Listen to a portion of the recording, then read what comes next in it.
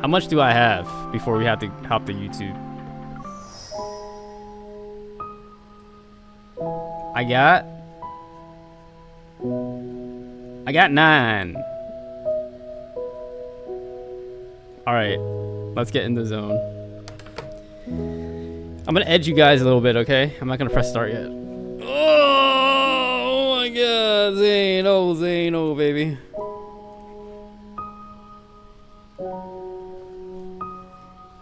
Oh yeah, who's ready for this?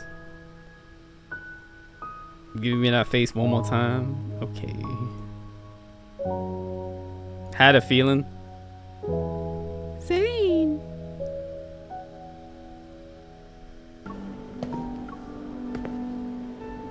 Oops. The hell? Good evening. Oh, okay. Good evening. Please show me your tickets. Good evening. Please show me your tickets. The entrance is straight ahead. Can I get an interpretive device at the museum? Use your own earphones and connect to the Wi-Fi in our museum to listen to the explanations. Ah, I didn't bring my earphones with me today. I'm sorry, but we no longer have interpretation devices due to technical upgrades. It's okay. Thank you. The Museum of Ancient Artifacts with various well-preserved exhibits had only gained immense attention prior to its opening day. This makes it the most popular place to visit in Lincoln City. Out of curiosity, I booked my tickets to visit the exhibition in advance. However, it's a holiday. The museum is so crowded. I can't see anything in the exhibition halls near the entrance because there's too many people, and so I decided to start with the ones at the back. There's someone standing in front of an exhibit in a dimly lit hall. He's studying it quietly. Zayne, what a Zayne glances at me and then refocuses his attention to the exhibit. I hold back on saying coincidence to avoid disturbing him. Isn't it kind of rude if I leave without saying anything? Hello, Blooming. Yes, we just started. I walk over quietly and look at the pen and paper he's holding. He seems to be transcribing something from the exhibit. Since papyrus, which has been used for thousands of years, can't be exposed to light, the exhibition hall is almost pitch black. Zayne must draw each stroke with caution. Is he drawing a heart? His pen seems to have run out of ink. You can use mine. Here. Thanks. You're welcome. But what's he drawing? I stretched my neck, trying to get a better look at the exhibit. However, since the exhibition hall was pitch black, I had to get closer and closer, until I hit my head against the glass. Zayne looks at me, speechless. This is the diary of an Egyptian doctor from the Ptolemaic dynasty. That does not sound like him. Bro, what the hell? Who is this guy? It says that the doctor's wife had been suffering from a chronic heart condition and was slowly dying. He tried to find a cure and prayed with the priests at the shrine every day to no avail. Eventually, he bought a slave and wanted to exchange his heart with that of his wife's as a last I had to say it, but he sounds like a doctor. resort. What? Of course, he didn't succeed. He dissected his wife's heart in an attempt to pinpoint the cause of the disease. He dissected her heart, but according to their belief, the heart is the soul of a human. Shouldn't she be buried with it? The deceased heart has to be judged by the judge of the dead before the soul can reach the beautiful reed plains. Perhaps the doctor believed that the one who took his wife away wasn't Osiris, but her disease. If that's really the case, this particular doctor must have been way ahead of his time. Zayne's gaze remains fixed on the displayed remnants of the diary. Unfortunately, during his time, it would have been impossible to pinpoint the cause even if he dissected the heart. But it's amazing that he was way ahead of his time. Zayne looks at me with a hint of certainty in his eyes. I follow him throughout the rest of the exhibit. What happened after that? Did he continue to be a doctor after his wife died? It's in the explanation. I didn't bring my earphones. Zayne takes off his earphones and gives them to me. Thanks. An explanation of the exhibit plays through the earphones as Zayne puts his notebook in his coat pocket. When I look at him again, he's checking his phone with his brows knitted. I'll get going first. You're just gonna go like that? This is the last exhibit. Oh, that's right. I almost forgot. Thanks for your pen. Zayne? Is there anything else? Well, no, I should go back to the exhibits around the entrance now. Sure. So Zayne visits the museum on his day off too. He has ordinary hobbies like everyone else. I didn't expect that. Wait, he forgot his earphones. Zayne probably isn't here yet since it's outside office hours. I'll just leave the earphones here and go. Oh wait, that's me in the future. Dr. Zayne? Zayne is leaning back on his chair with his eyes closed. I don't know if he's taking a nap or fast asleep. I spot the notebook on his desk at first glance. The page that he transcribed the dissection of the heart on is open. I can't help but pick up the glasses which were blocking. When did you come in? You're awake. I wasn't sleeping too soundly. He rests his chin on his hand and looks at me, as though he's waiting for me to explain myself. I'm here to return this. Thanks for lending me your earphones. You're welcome. ... He's not saying anything. Is he asking me to leave? That's what most people do. I'm gonna go. You can take a look at the notebook after you give me back my glasses. Cool. Just then I realized that Zayne's glasses are still in my hands. I hurriedly put them onto the bridge of his nose. Zayne's expression changes slightly as he pushes his glasses up. Is this how you normally give people back their glasses? I did that by reflex. Zayne turns to look out the window. The corners of his lips lift slightly as though he has no intentions of chasing me out. I fix my gaze on his notebook again. Did you restore the anatomical diagram on a papyrus based on the actual structure of the heart? I drew it during my free time just to speculate on the cause of the Egyptian doctor's wife's disease. Zayne brushes off the topic lightly. It's a stark contrast to the shock of my face. His records are very detailed, not to mention speculative and unconfirmed. But the fact you can have a conversation with a doctor who lived more than 2,000 years ago through a record of symptoms. The continuous development of modern medicine has its roots in the trial and error and experiences of our predecessors. When someone leaves behind their experiences and questions, it's only natural for someone else to summarize and answer them. When you put it like that, medicine through Solemn also stems from humanity's compassion. The same can be said about you. I realized I was coming off as a little judgmental. However, Zayne narrows his eyes slightly as he waits for me to go on. You're nothing like I thought you were. Zayne stands up. He shoves his notebook into his pocket. It's time for me to start work. I'll get going then. See ya. Oh wait, it's weird constantly telling a doctor you'll see him soon, right? Zayne sends an indifferent glance my way as he puts his earphones in the drawer. It's not like I'm a doctor who works at the hospital 24/7. We can meet somewhere else. Thank you. Are these like different voice actors or are they the same?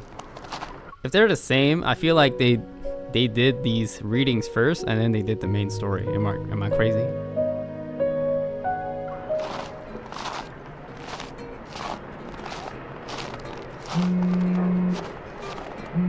It's the same? I called you 7 or 8 times but couldn't get through. Did you oversleep? Sorry, coach, I was really tired this morning. I'm on my way to the resort now. I'm sorry, but I can't wait any longer. My time is booked.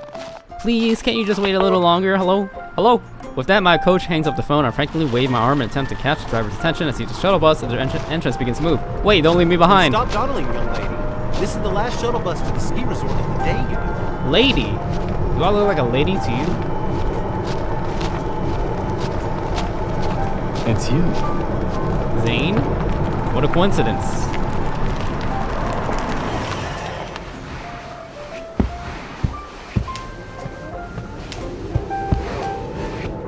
Indeed. I sit beside Zayne and start tying my shoelaces that had become undone. Whoa, running into a familiar face on my way to the ski resort was the last thing on my mind. It's a 1 out of 10 chance. Only 10 ski resorts near Lincoln City are open as of now. The shuttle bus makes a sharp turn. I scramble for the handrail. What's up with that pocket bulge? You didn't fit a gun in there, did you? I fish a woolly hat out of my pocket. What gun? It's just a woolly hat with a cartoon lamb. It's meant to be worn over my helmet. This place has already been cleared of wanderers. I'm just here to snowboard. He gave me a scrutinizing look from head to toe. You mean tumbling all the way down the slope? Why are you assuming I can't snowboard? I'm a professional hunter, you know. You're not fooling anyone with that woolly hat. Dat. How dare you?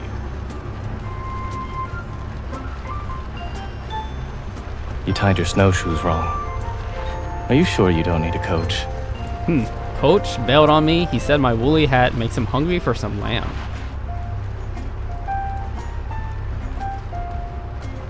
Wow. I didn't take him for a guy who cares about animal conservation. Fine, I overslept, okay? My coach is busy helping someone else now. Do you plan to teach yourself with tutorial videos then? Who knows, you might even master it faster that way. You make it sound like a piece of cake. Did you teach yourself too?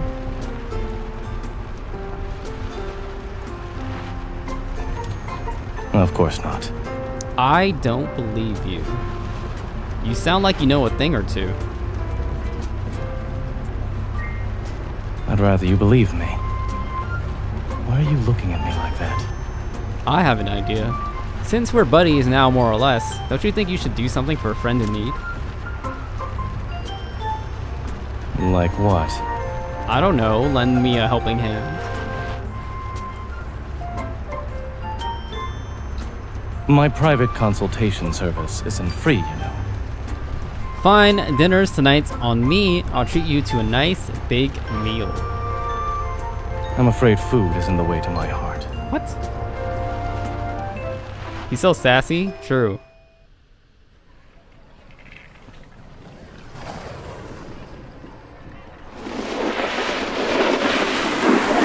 Be careful.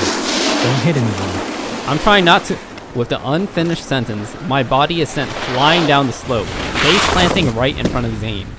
I thought it was possible when I saw you do it, but once I tried to do it myself, I couldn't You control my can't just speed. focus on your feet when you want to stop.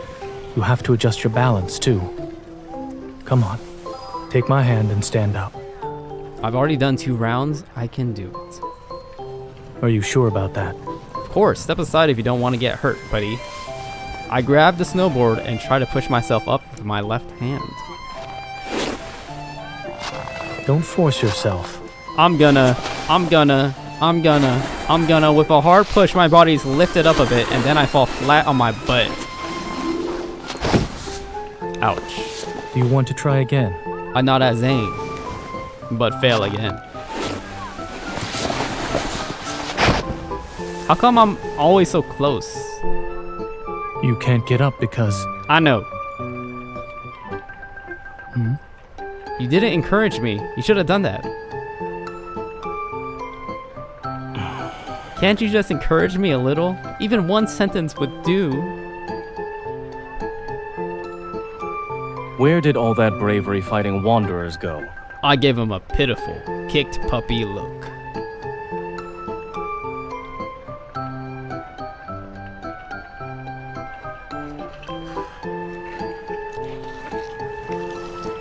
Now look ahead. Imagine there's... a wanderer in front of you. I did it.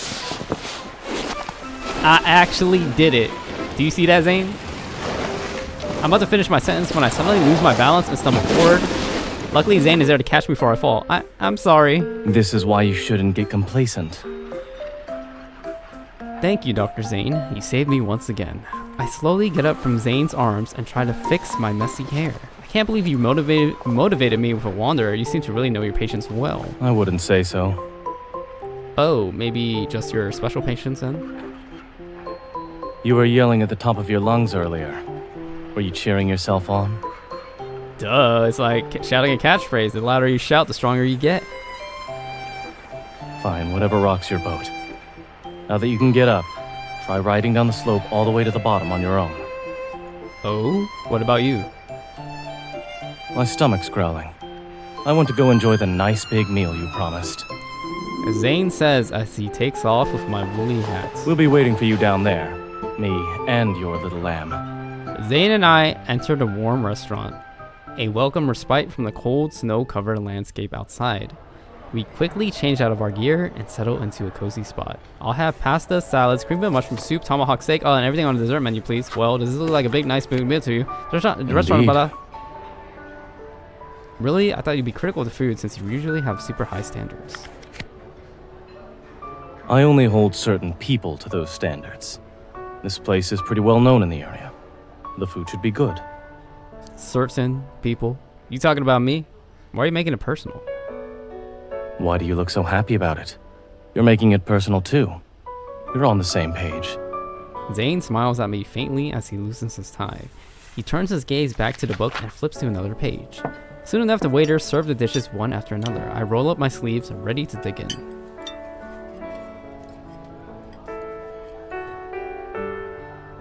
What happened to your hand?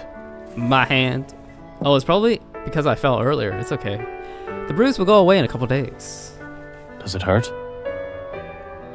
It won't if I don't think about it. Here, have some yogurt cream puffs. Zayne doesn't take his eyes away from the bruise on my hand. You are such a... Let me get this straight. You came to the ski resort alone, booked a coach on your own, and couldn't care less even though your hand's all bruised. I don't know if I should call you determined or silly. I wasn't sure if you were complimenting me or calling me foolish for a second there. Anyway, my hunter training was much more tougher than this, and I managed to get through it no problem. This small bruise is really nothing to worry about. You're foolish indeed. Quit mumbling. Look, don't lower your expectations of me just because I fell a couple times. After all, my goal is to conquer the highest slope.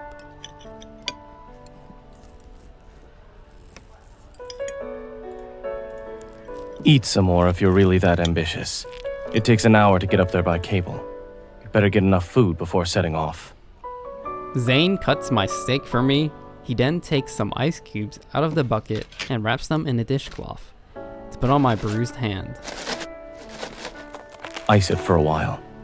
It's fine, I'll probably fall again anyway. Zayne pins my wrist down with a makeshift ice bag. You're hopeless when it comes to self-care. Determined? You're just being stubborn. You're underestimating me again. As a doctor, I expect cooperation from my patient at the very least. Besides, you're not falling. Not under my watch. Oof. Ooh, the Kokoro.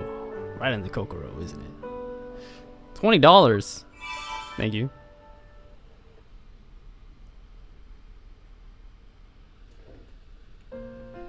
It's snowing heavily outside. I'm slouching at a table in the corner of a fast food place, fiddling with my phone. I'm so tired. It's another day of organizing everyone's missions reports. I made a complete recovery, but Jenna won't assign me any missions. I open Moments and make a draft post. I'm starting to understand the birds in the cage. My finger hovers over the post button hesitantly, then I delete the post. My friends would feel worried if they saw this. Having orders and fries, nice. I pick up my phone again and make another post. Carbs after work is peak happiness. The food I ordered is brought to me after a while. Now I feel a bit better. I look at my reflection in the glass wall, raising a toast to myself. Cheers. Maybe it's my eyes doing tricks on me, but I see a familiar person standing on the other side of the glass wall. I smile and wave at him. Zayne. I'm really starving, so I simply resume eating. Zayne walks inside to sit next to me, leaving his snow-covered umbrella by the doorway. Dr. Zayne, you just got off work. Aren't you going to head back and rest? You were making a toast to yourself. How pathetic. What? If I kept going on my way, even the robots behind me would have laughed at you. You say that, but I bet you're only here because your colleagues didn't invite you to party. You're walking home all alone on a snowy night. How Yes, pathetic. And I was about to make a Moment post about how I'm totally not sad, too. What's wrong with my post? Of course I'm happy that I'm off work. These fries are good. Do you want some? Huh? Your eyes narrow slightly when you pretend to be happy. They don't light up either. I'm tired of watching you pretend. Please stop. But people worry about me.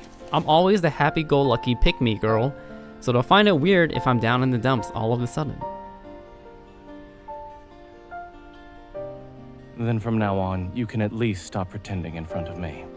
I try to grin, but only manage to respond with a I helpless mean, I would have smile. seen right through you regardless. It serves no purpose to pretend in front of me. Okay, thanks then. Zayne orders a glass of water and nothing else. He looks at the snow outside the window, deep in thought. I can't read his expression. Whew, that was such a good meal. Let's go. I'm walking you home. Did you know hunters are capable of walking home at night? Take a look outside. Are you sure about that? Under the dim streetlights, the heavy snowfall obscures the sky. Since when did it start snowing so much? Did you bring an umbrella? No. Zayne walks to the door. He pulls his umbrella out of the umbrella bucket and glances at me. You've looked at the snow long enough. Hurry up. Maybe it was because the holiday season was approaching, but everyone on the streets walked in pairs. Zayne and I were the only ones walking side by side, staying silent the entire time. Dr. Zayne, do you want to try to tacit understanding challenge with me? No, it sounds boring. Which ingredients should be left out of a cheeseburger? Cheese or onions? Cheese. A burger is pointless without cheese. Don't even think about touching it. It contains too much trans fat. No, cheese is love. Cheese is life. All right, second question. Americano or latte? I prefer milk tea, but it's nice to have a hazelnut latte when it's snowing. Dr. Zayne, didn't you say this was It's always boring? interesting to watch you try to start a conversation. Well, that's how I get to see you contradict yourself. Totally worth the effort. Do you prefer sitcoms or action shows after work? Sitcom. Me too. These are currently 3 variety shows running. Which one do you One want that to watch? uses holograms to make its guests try and survive the Jurassic period. Unexpected challenge, right? I love that one too. The preview trailer they posted last week was so cool. I raised my hands in excitement. However, Zayne seems to misunderstand as he reaches out to give me a high five. A glimpse of a soft smile on his face stops me from bursting to laughter at Zayne and his misunderstanding. You ought to... Actually, I was a little unhappy at work today. Forget it. It's not something I should be telling you. Your stories, especially the ones where you make a fool of yourself, are always fascinating. I didn't make a fool of myself. I just don't have any missions. Because I got hurt last time, Jenna won't let me go out. I'll end up forgetting how to use a gun. I worked overtime for weeks last year. In the end, I decided to sleep in my office at the hospital. This man has autistic riz. The director told me I must take rest to recharge my body. Back then, I wasn't happy about this decision. However, it later dawned on me that everyone has a limit. We aren't as tough as we think we are. But it's so boring to stay cooped up in office all the If time. you have energy to spare, please do me a favor. I don't want to work at your hospital as an unpaid hospital porter. Promise me that I won't see you in the hospital again this month. You walked in twice last month alone. Every time I dressed your wound, you were really noisy. I would like some peace and quiet. I'm not sure if Jenna will let me out next month, so your wish might be granted. Zayne and I engage in casual banter as we talk. Every time I reach out and try to catch a snowflake, Zayne would grab me by the collar and pull me back under the umbrella again and again. Can't help but wonder if he actually cares whether I'm freezing or not. He just seems to be enjoying this cat and mouse game. My house is right up ahead. Do you see that cafe over there? Their lattes are really good. I'll walk you downstairs. Give me a moment. I sneak out from under the umbrella while Zayne's on his phone and run to the nearest cafe. Hello, I'd like 1 hazelnut latte. By the time I come out of the cafe with the latte, Zayne is nowhere to be found. Where is he? Did he leave already? I anxiously look for him on my tiptoes. Then I see Zayne standing not far away from with his umbrella looking for me. Zayne quickly turns around and sees me in the crowd as though we had a telepathic connection. What are you looking for? I'm right here. Excited, I run towards him while waving my hand, almost tripping over some snow. Zayne catches me just in time and pulls me back under the umbrella. Why did you run off earlier? Come here. Have a latte. Zayne purses his lips. He holds the paper cup with both his hands as the stoic look on his face gradually softens. Heh. The look on your face reminds me of melting snow. Regardless, it wasn't the hospital that called earlier. And here I was thinking you were going to work overtime again and give me back my latte. I'm thirsty. Zayne raises the cup above his head to stop me from reaching it. I jump up and down a few times to take it back, but it's no use. You should head upstairs now. Good night. Okay, you two. I step into the hallway. The sound-triggered light turns on, and Zayne and I are getting along so well. I look back and see Zayne not far away, still standing in the heavy snow with his umbrella. You didn't eat dinner today. I'm aware.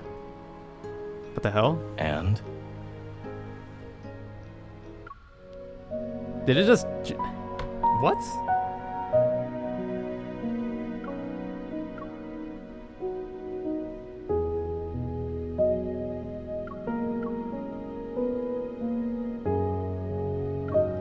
It just jumped for no reason. Oopsies.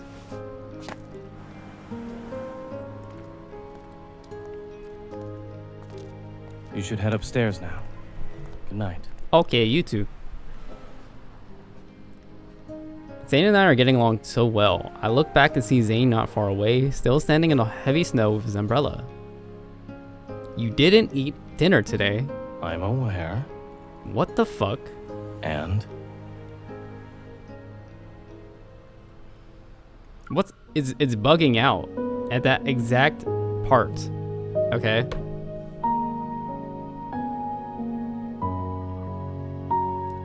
Zayne and I are getting along so well. You didn't eat dinner today. I'm aware. You don't eat fast food. And why did you accompany me for dinner then?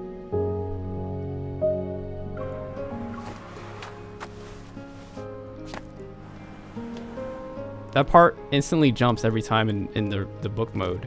You should head upstairs now. Good night. Okay, you too.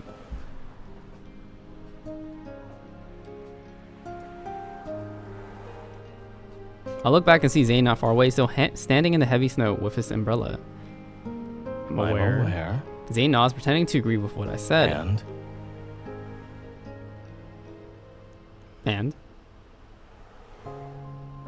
Guys, this memory is broken. More or less. Alright, we're just gonna have to read it manually. You don't eat fast food. And why did you accompany for dinner then? I bet you saw me frustrated from work and found it so amusing that you wanted to watch me longer, right? Zayne nods, pretending to agree with what I said. More or less. You like to see me frustrated. He wears a smile of resignation in his eyes. But what comes out his mouth is completely opposite. Correct. Okay, goodbye then. I raise my hand and wave at him, trying not to laugh. As I turn to leave, Zayne seems to raise his hand and wave at me too, mirroring my action. $20.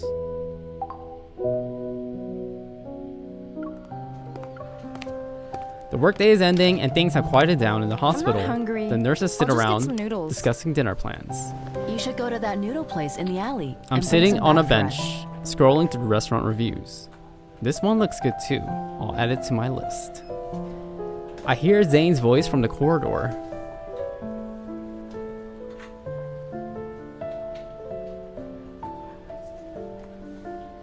The patient in bed 3 requires special attention tonight. His surgery was today. Sounds like him now. The one in bed 9 will be discharged the day after tomorrow.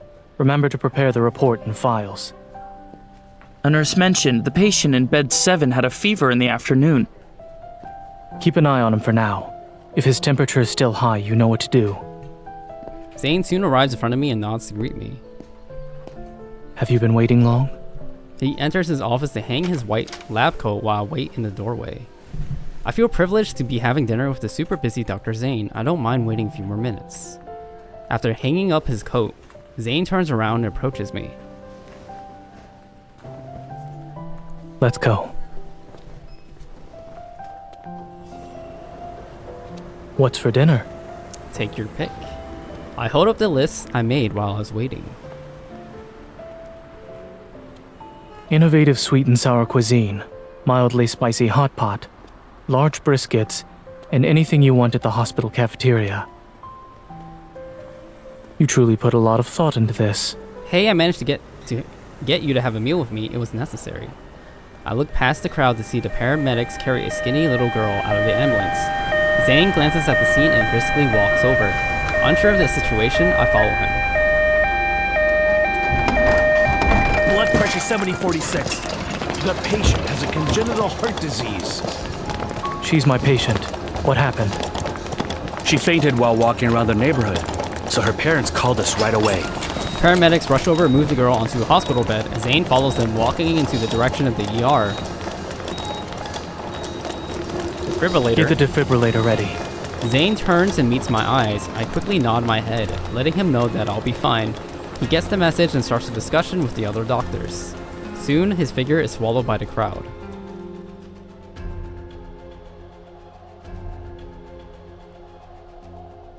I have no idea when Zayne will return, so I decide to wait for him.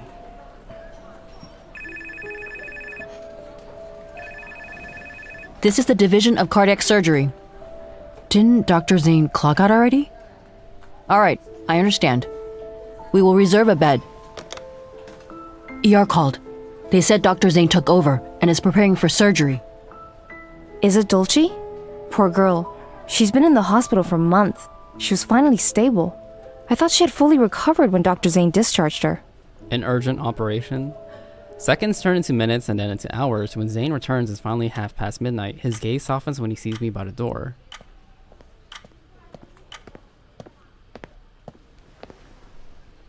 You haven't gone home yet. Yeah, I thought I should at least speak to you before I go. It's late. Wait a moment. I'll give you a ride home. His face is somber. I can tell something's wrong. How's that girl? I heard she needed an urgent operation. The operation failed. Grayson is talking to her family now. Oh. Zayne goes back to his work, refusing to say anything else. The atmosphere becomes heavy, and I wonder whether I should break the silence. We can leave now. Zayne tosses his lab coat onto the couch. Zayne. He pulls me out of the room without a word. We make a brief stop when we pass by the nurse's station. Does the patient in bed 7 still have a fever? His temperature came down. We took it around 10 p.m. Thank you. Zayne barely speaks after we leave the building. He must be upset over failing to save that young girl. Zayne, the operation.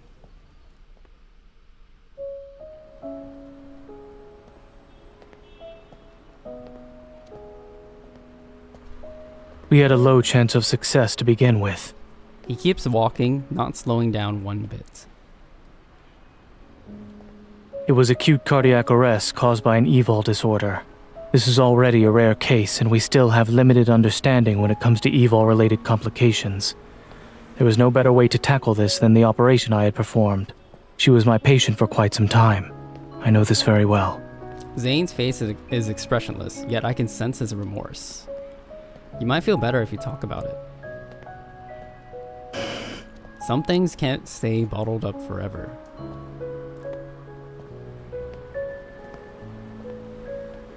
Are you trying to be my therapist now? I could, if you like. Zayne stops in his tracks, and still expressionless. Imagine there's a heart in your hand, beating weakly. It's gradually slowing down, before stopping altogether. Imagine what that feels like. I can almost feel the heart in my hand, its warmth seeping through my glove and slowly fading away. Only a cold emptiness is left. There is only so much we can do as doctors. Zayne. The more indifferent he looks, the more I feel complex feelings surge inside me. Do you want to go somewhere with me? I drag him to the southwest corner of the city's central park and pull the hesitant man onto the Ferris wheel. Zayne sits opposite of me, gazing down at the city lights as they become smaller and smaller.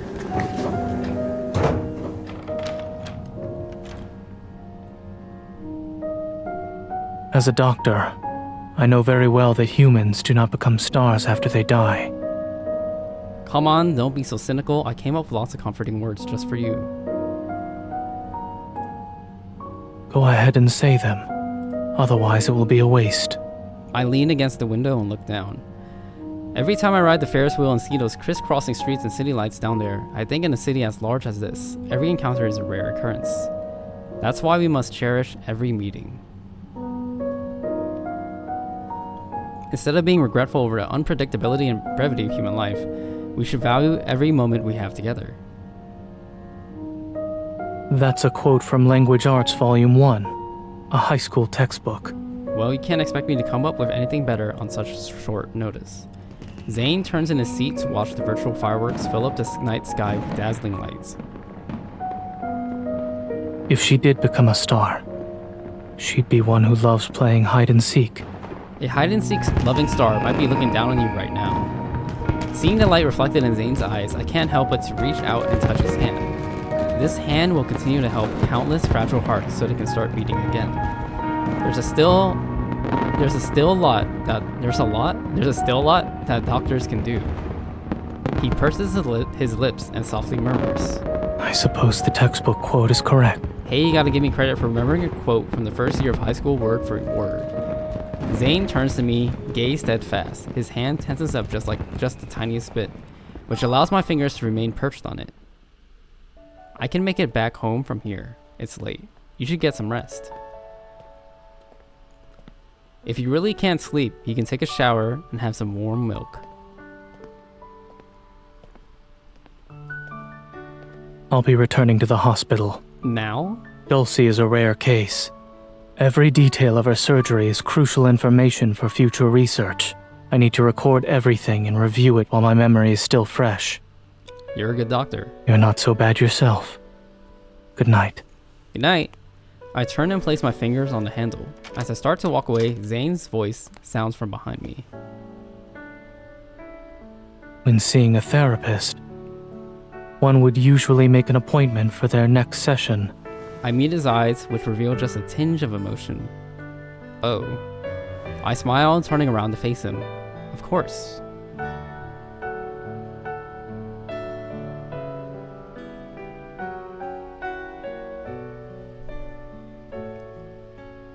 Dying on the inside, bruh.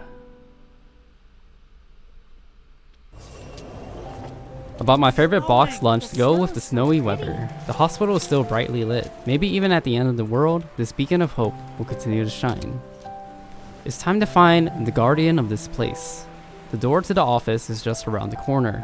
The blue light of the computer screen shines on Zayne's focused expression. I rest my back against the wall as I quietly recite the lines I have prepared to say to him.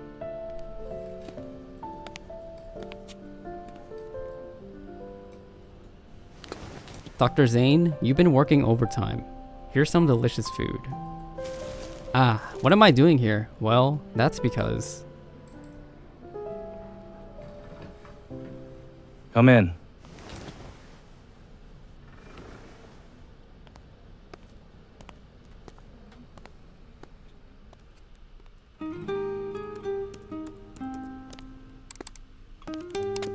Why didn't you walk in earlier? Are you rehearsing some sort of monologue? Did you hear everything? You're the only person in the corridor. Besides, you sounded so affectionate that it's hard not to listen. Next time, just come in whenever you want to. There's no need to think of excuses. I'll do as you say, Dr. Zayne. Is there a holiday today? Quite a few doctors in the division got off work early. It's rare to experience heavy snowfall in Lincoln City. Don't you think it's a day to remember? If so, there will be too many days to commemorate in 1 year. What are you holding? Is that a boxed lunch from the convenience store downstairs?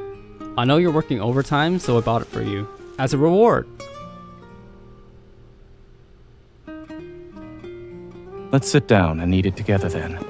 Zayne turns off his computer and pulls a chair from behind the desk. He gestures for me to sit down. As he opens the box, he frowns and pushes all the carrots to the side with his utensil. Dr. Zayne, carrots are good for you. You should eat more of them in that case. Here, take my portion. You're being a picky eater. No, I'm not. Zayne replies calmly. I find myself speechless as I look at the extra carrots that seem to have appeared out of thin air. Have you seen any movies as of late? I haven't watched any since I've been pretty busy. I have 2 unused movie tickets.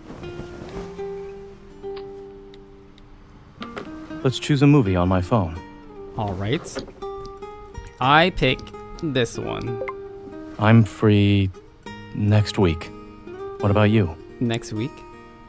It's okay if you're busy. Is next Wednesday good? I'll see you next Wednesday then. Look, it's snowing outside. You can take a look if you'd like.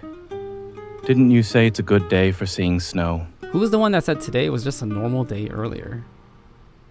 It cannot be considered normal now that you're here. Let's go. Zayne gets up. Just then, the phone on his desk rings. I'm gonna head out first. You can join me later if you're free. All right. The rooftop door creaks open, and the sound of familiar footsteps follows.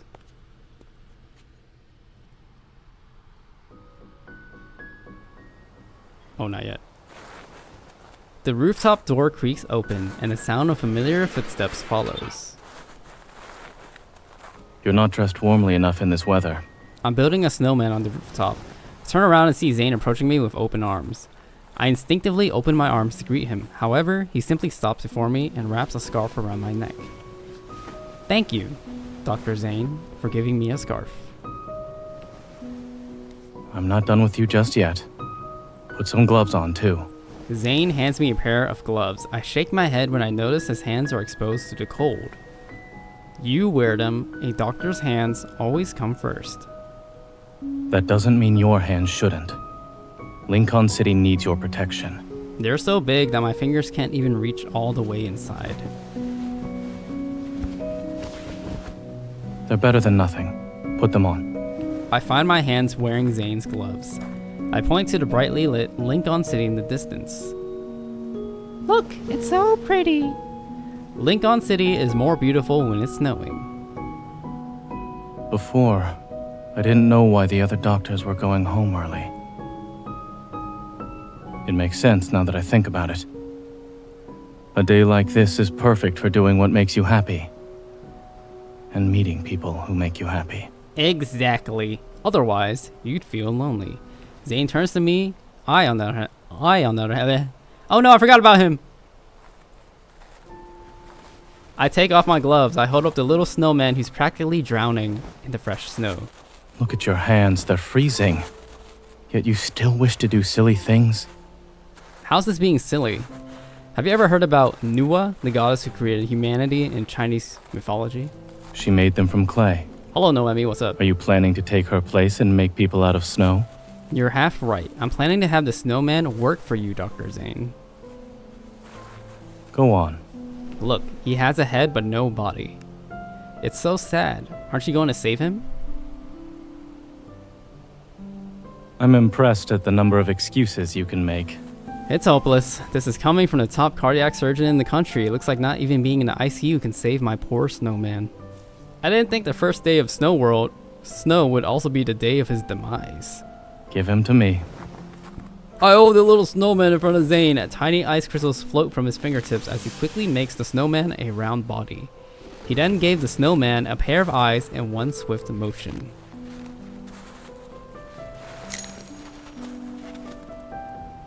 Good night, Brianna. The patient has been resuscitated. His vital signs are normal. What a serious-looking snowman. He's a spitting image of you, Dr. Zayne. Zayne shoots me a glance. He traces an upward curve on the side of the snowman's mouth. What about now? Does he resemble you? Yeah, 2 eyes and a mouth and a smile that's a little too silly and slightly lonely. You should learn from him and smile more. Has no one ever complimented your smile? I'll compliment you then. All right. Go ahead. Your smile is pretty like the spring, kind of like... Why did you stop? I suppose you don't have much to say about my smile after all. Haha, I can't think of anything else. You should smile more. You make people feel happy when you do. Are you done watching the snow? How are you, Kalvin? I'm doing good, thank you. What's up? Hearts in the chat. We should head back in if you are. You're going to freeze at this rate. Are we really going to leave this poor little snowman by himself? I guess he's destined to be lonely. I put the little snowman back onto the ground. I wave it a tearful goodbye. Zayne sighs softly. I watch as he goes over to make a slightly taller snowman beside mine. The snowflakes that fell on the back of Zayne's hand gradually melt from his body heat. When it's snowing, it's good to have someone to keep you company so you won't get lonely. Let's head back. I pretend not to hear him. I continue to talk to the 2 little snowmen standing side by side on the rooftop with my back facing Zayne. You 2 finally have a friend. I'm not sure about Dr. Zayne though. I don't know if he's going back to work. If he is, he's going to be so lonely. Mr. Lonely. I have nobody. He intends to send you home. However, now that you're here, he doesn't want to be alone anymore. Ooh. You lonely boy. $20.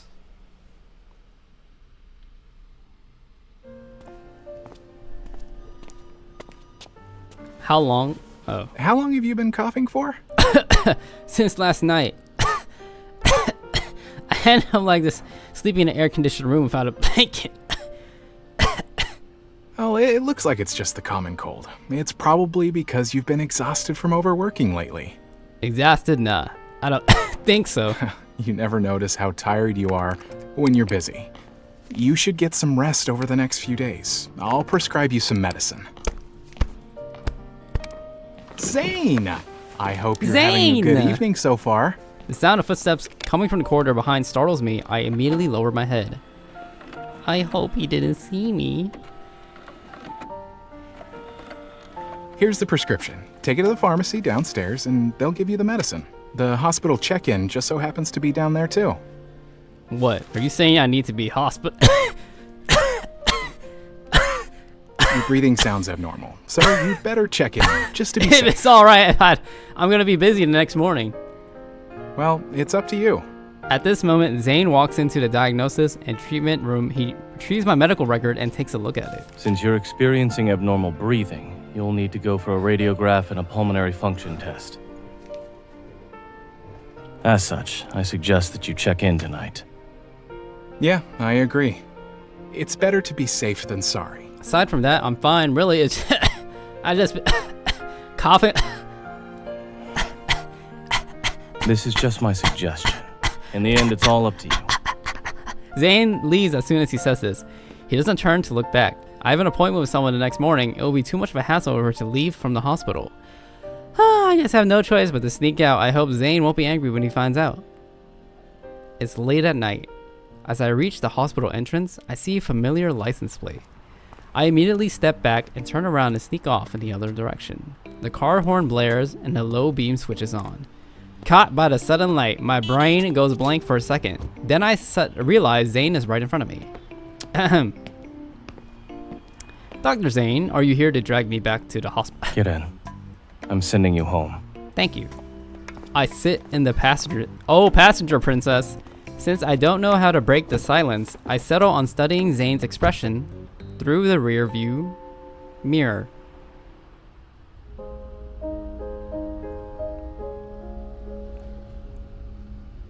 Grayson has already told you everything that needed to be said. Get some rest over the next few days. I will. Don't forget to drink more hot water.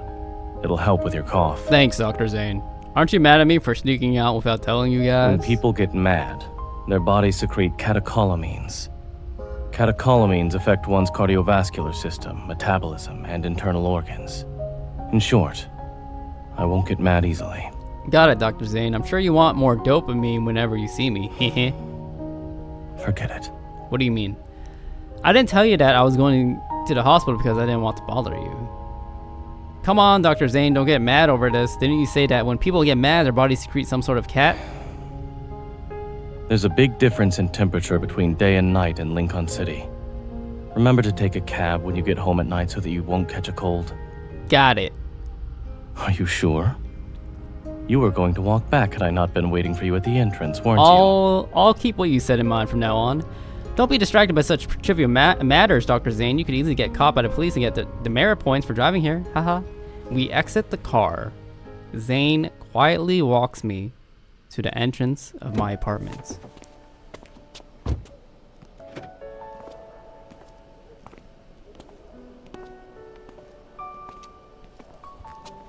Go on in.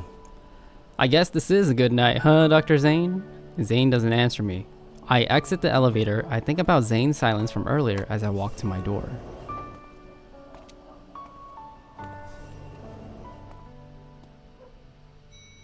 There's no way he's mad at me for not saying anything about going to the hospital, right? On top of that, I snuck out from there. I didn't think Dr. Zayne would care about my health so much. I pulled the curtains open and noticed that Zayne's car is still parked outside. I immediately turn on the lights and wave at the window. I don't know whether or not he can see me, but he drives off soon after.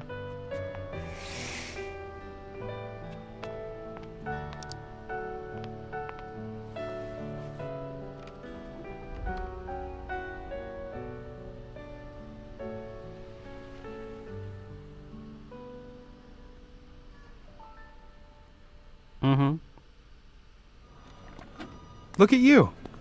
You're in pretty good shape after just a few days. Have you recovered from your cold? Yes, I have. The medicine you prescribed is really effective. By the way, I'm here to get my Hunter Health Certificate for the year. I'm just short on my cardiac evaluation. I'm afraid you'll have to talk to Dr. Zayne for that. Oh, I see. To be honest with you, it's been a while since I last spoke to Dr. Zayne. I think I might have made him mad last time. Don't worry, even if he's not happy, he won't joke around when it comes to your work. After all, Dr. Zayne is a doctor. I'll go ask him then.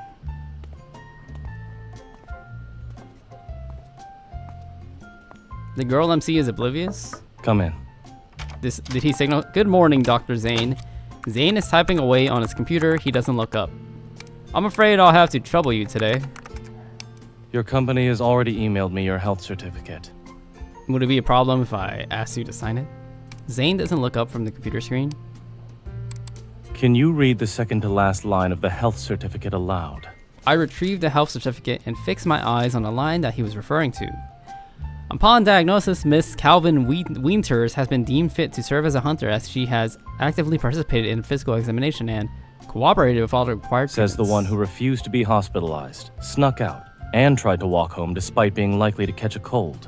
But it says here I've cooperated with all the required You need a doctor to sign it. So what do you think I should do? Lie? Yes.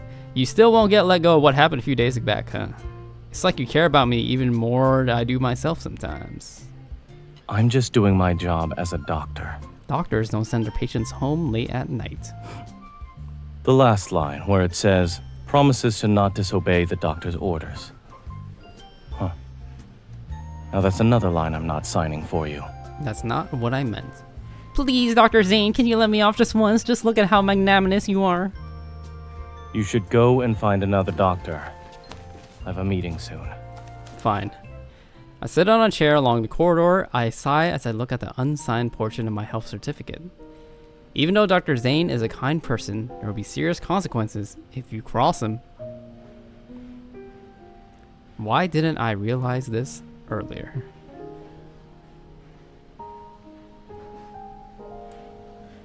Why are you still here? I wouldn't be here if it weren't for my Hunter Health Certificate. Dr. Grayson, can you help me out? I pass Grayson my health certificate. He looks at it and shakes his head.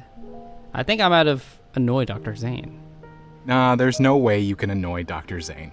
Let me check it out. Don't make fun of me. I know I was wrong. After all, I snuck out of the hospital even after he told me to stay. And then? That's it.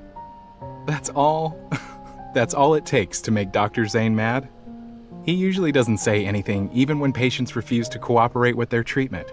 Dr. Zayne has always been focused on doing his job well. I've never seen him care about anything else. I guess I'm lucky to have him care about me then. There's no way he'll make things difficult for you.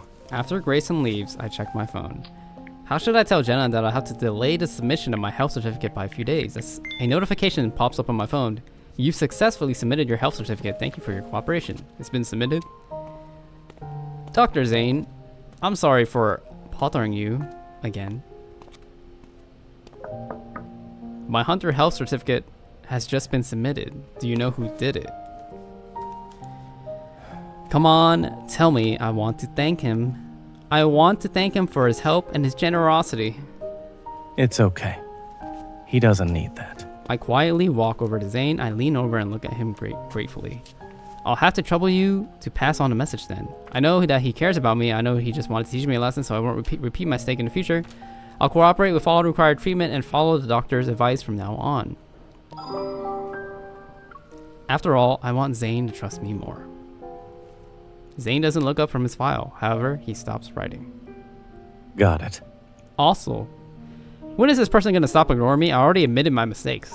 Ignoring you has never crossed his mind. But... you should know that very well. What? That he can't ignore you, even if he wants to. $20.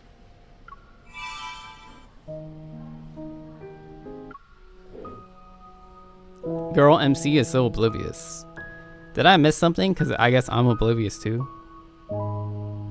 What is she oblivious to, huh?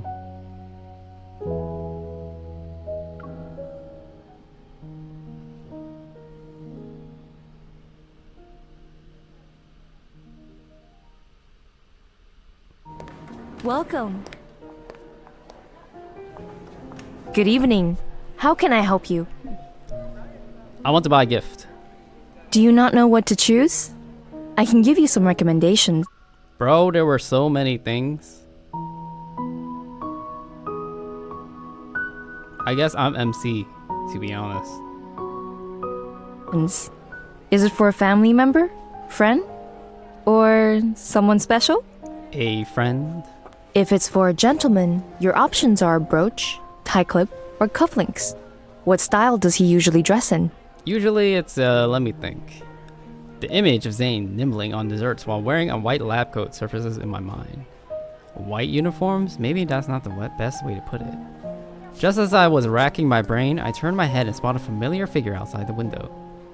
Zayne, my perfect answer just fell from the sky.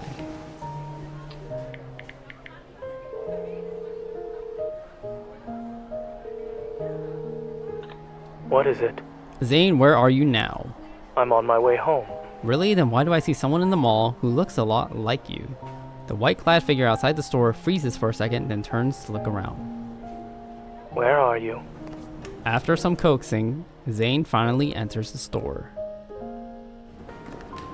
Slightly confused, his gaze sweeps over the accessories on the counter. Do you want me to help you pick out jewelry? Yes, but it's for someone else. You have a familiar style and vibe to him. Can you help? Zayne looks at the golden accessories on the counter in silence for a few seconds. It will be difficult for me to give an objective opinion if he has this sort of flamboyant style. Then he probably feels the same way. Let's look at something else. What about these? Simple and elegant, the design of the pins is also very nice.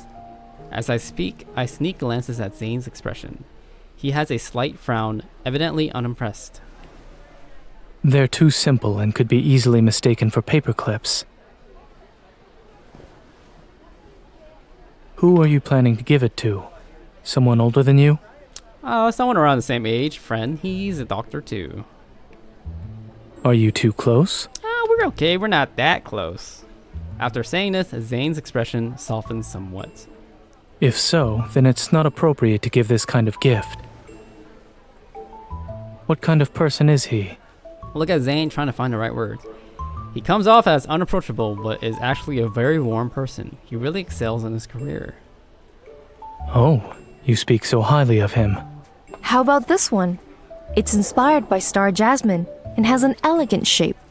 It also has a deep meaning behind it. I think it really suits him. There is nothing remarkable about this. The color scheme is too ordinary. You're so picky. I am not.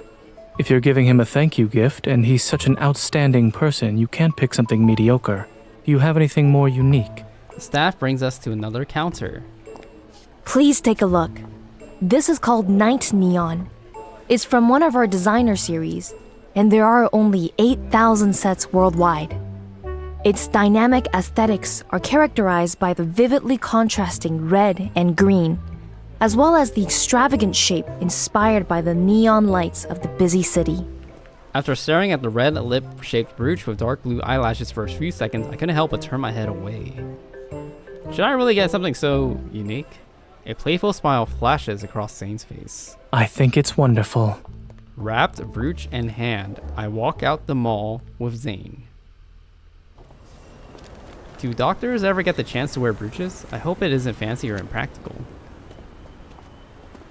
When gifts are involved, it's the thought that counts. If the other person doesn't wear it simply because they don't need to, you can end your relationship at that moment. Oh, I hear doctors often give out rejections by using the excuse of not being allowed to accept gifts from patients. As you said, that is merely an excuse. If he lacks the courage to tell you the truth, then there is no need to be friends with someone so insincere. True. As I say that, I stop walking and present the box to Zayne. Dr. Zayne, I'd like to give you this. Zayne turns around and looks at me with a slight frown. It's for me? Will you not take it? I don't have an appointment today, so I'm your friend right now. Zayne hesitates for a moment before taking the box. No, I merely wasn't expecting it. I didn't think you'd like it either. I almost bought the wrong thing. Turns out that deep down, not only do you have a warm soul, but you also have a wild, fiery heart. You're mistaken. Oh. Dear customers, a wanderer has appeared at the rooftop garden of the shopping center. We have already contacted the police. Please don't panic and evacuate in an orderly manner. A wanderer! A wanderer has appeared at the top of SA Mall in the commercial district. Please send backup. Mayday, mayday. Inside the fire escape, I rush to the top floor as fast as I can. Don't worry, the commercial district has very good emergency procedures. You don't have to come up with me. Who knows what's happening up there? It might be extremely dangerous. Indeed, it is extremely dangerous. If someone is injured, they'll need first aid. You're not going to listen to my advice at all, are you? Advice, is it not? We're here. As soon as Zayne and I open the door to the rooftop garden, we hear the shrieks of wanderers mixed with the sounds of battle. There appear to be at least 6 injured. I'll check them first. Watch out for the wanderer. As he says this, Zayne takes out gauze, surgical tape, and a penknife from his coat pocket. You carry those around every day? If you encounter anyone else who's wounded, make them go to a safe area if their injuries are minor. Notify me as soon as possible if their injuries are serious. Okay. I nod, take a deep breath, and rush into combat. Wait. Be careful. Try to hold out until backup arrives.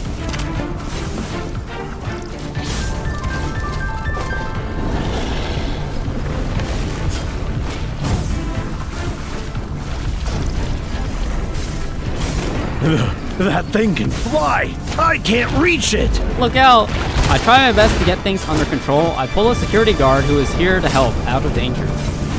The Wanderer isn't that large or strong, but attacks very quickly. Zayne, how's it on your end? One of them is in a complicated predicament. Keep it at bay for another 5 minutes. 5 minutes, I'll try my best.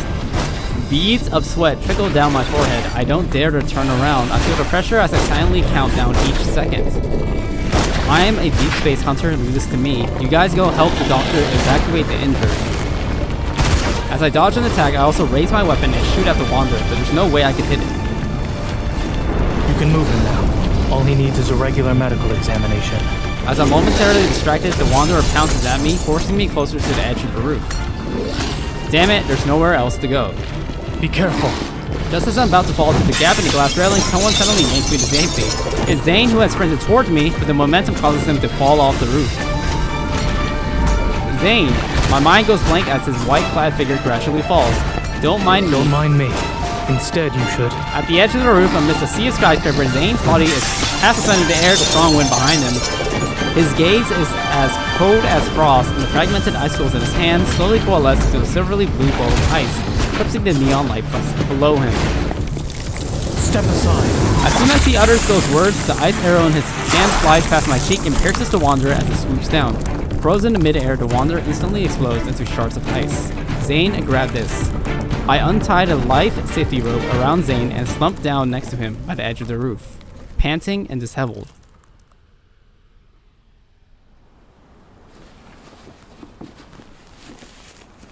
That was way too dangerous. However, everything is fine now. We made a great team. But you almost died. I successfully evacuated everyone else. I can't leave you behind. ...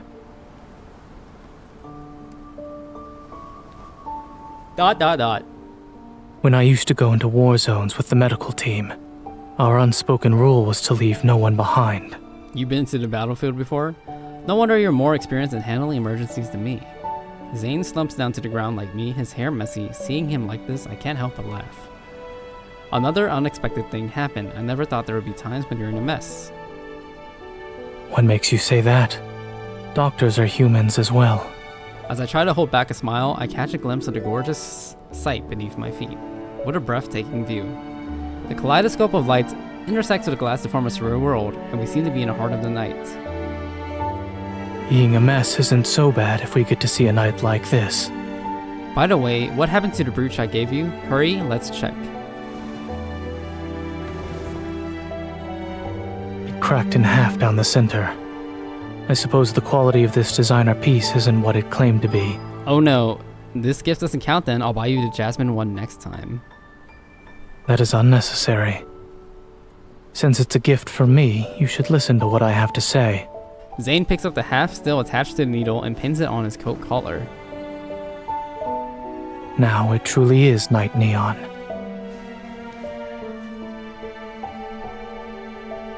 It's perfect. Wow. $20 is $20.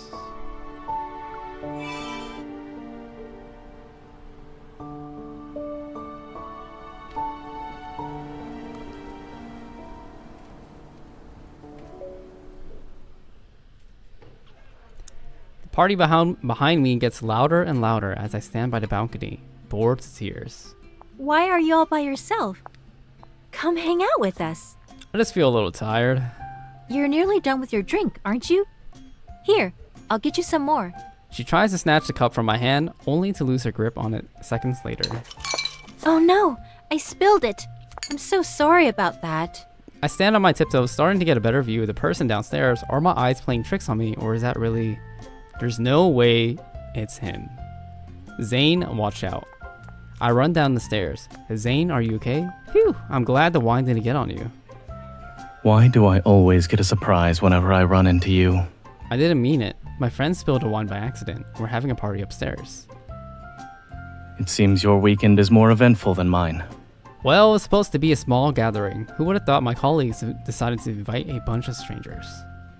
Will you join me then? Where? Why waste your time at a party you're not enjoying? To socialize with my fellow coworkers? It should be even more complicated at your work. You've been watching too many TV shows. So will you come or not?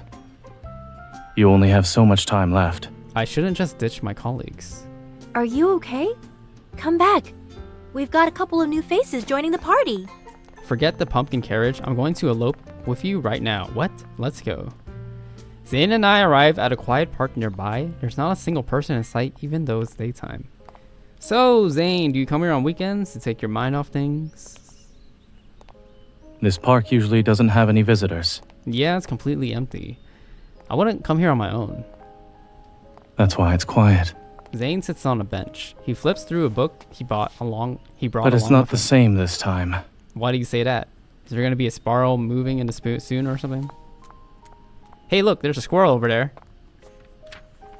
Zayne keeps his eyes on his book and ignores me.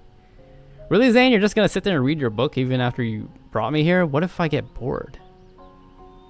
Aren't you an expert in entertaining yourself? Look, it's the weekend and the sun is shining.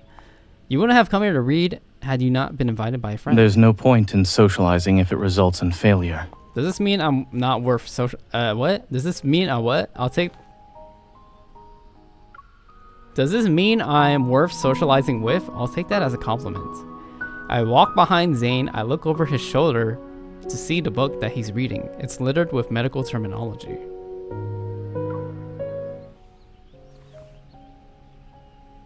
Do you have any idea what these words mean? It's strange. I understand each individual word, but I don't understand anything when they're all together like this, like that. In that case, you shouldn't bother reading it. But how else am I going to find a topic to strike up a conversation with you? You're so bored that you come all the way to the park where no sparrow wants to live in just to read even when you're on vacation. Who said I was bored? You could tell I was bored at the party. I know when you're feeling bored too, which means I can tell you a story I heard. Zayne closes his book and he gestures for me to go on. Just you wait. I try not to trip on my high heels as I walk over to him. Be careful. I sit down beside him and clear my throat. I once heard about the witches who protect some ancient forests. I've seen this in the picture books the children back at the hospital read. It's not the same thing. All of these witches are like me. They wear red dresses. They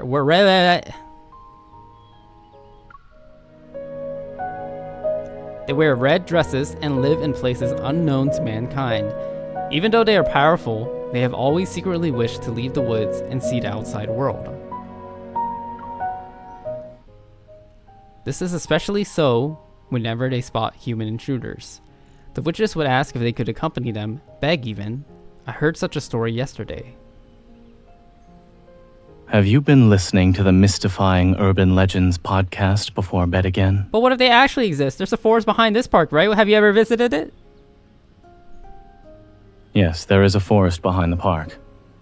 I've never walked around that area, but You seem to be itching to check it out. There's so many people discussing this topic on forums. What if? Let's go. Zayne, I always knew you had a curious side. If the urban legend's actually true, do you think a witch would have a nervous breakdown after being trapped for so long?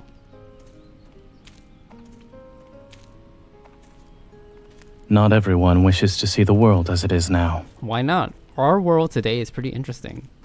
There are surprises every day. By surprise, do you mean how I nearly got drenched in red wine?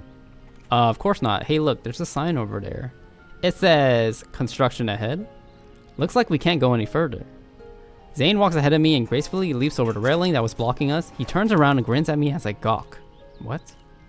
Why are you just standing there? Didn't you want to go on a witch hunt? Come here. I copy what Zayne did earlier. He grabs my wrist and carries me so I can traverse the railing. There are fences and troughs for animals. Do you think it would have been a zoo before? I heard of one being built here in the past. Hello, Sarah. However, it was quickly abandoned. The zoo's probably being renovated. That explains the sign outside. I actually thought there were going to be witches here. Are you done messing around? The sun will set soon. We should head back. I saw a villa nearby earlier, not sure what it's for. Do you want to go check it out with me? Even if there were witches, they were more than likely kicked out by the construction team a long time ago. Dr. Zayne. Let's hurry. Zayne and I continue to walk. We find ourselves in front of an abandoned villa soon enough. The sign says this is the play area for visitors. It's a pity that an impressive building is abandoned otherwise. Forgotten corners are inevitable in light of rapid economic development. It's getting dark. We should get going. I pretend not to have heard Zayne. I opened the rusty gate and entered the premises. Where are you going? I'm going home. Time's up, isn't it? I take a few steps inside along the fence. The leaves rustle under my feet. Zayne chuckles but doesn't follow me inside. Instead, he stands outside the gate. Who are you? I'm the witch who lives in this house. What brings you here? I was wandering around the woods when I stumbled upon this place. Does that mean you're a human? I'm so envious of your kind. I've been trapped here for a really long time now. I'm getting bored. Protecting this land every day. I've been waiting for someone to whisk me away. Zayne remains silent for quite a while. Unable to hold back my curiosity, I take another step forward. Where are you? Don't tell me I scared you away. Perhaps I can help you leave. But I don't even know you. If you head to the area where there aren't any leaves, you'll be able to see me. I walk over to the gate. I brush away the dense foliage that's blocking my view. The soft glow of the setting sun shines on Zayne's face. I size him up and feign surprise. What a good-looking creature. Would you like me to take you somewhere else? What's the outside world like? It's definitely more interesting than sitting on a bench and reading all day, right? Well, it's all right, I suppose. It's not as interesting as you think it is. Forget it. I shake my head and turn to leave. Just then, Zayne reaches out. He grabs my hand through the gap between the gate and gently pulls me toward him. I'm not done answering your question. I look up at Zayne. No. The outside world can be very boring sometimes. Why should I go there then? It's a different story when you meet someone special. Oh, who is that exactly? The kind of person who almost spills red wine on you when you're passing by. Or who won't stop talking when you're busy reading. I see. Stand on my tiptoes and move closer to Zayne. I listen to his voice, slowly closing my eyes. This kind of person seems pretty annoying. I don't think you can like such individuals. I happen to need her vivacity in my life. You humans are experts when it comes to lying. You're not wrong. It is difficult to truly understand what goes on around me. Yet she's the one who's shown me how colorful the world is. So, shall I take you away from this place? All right.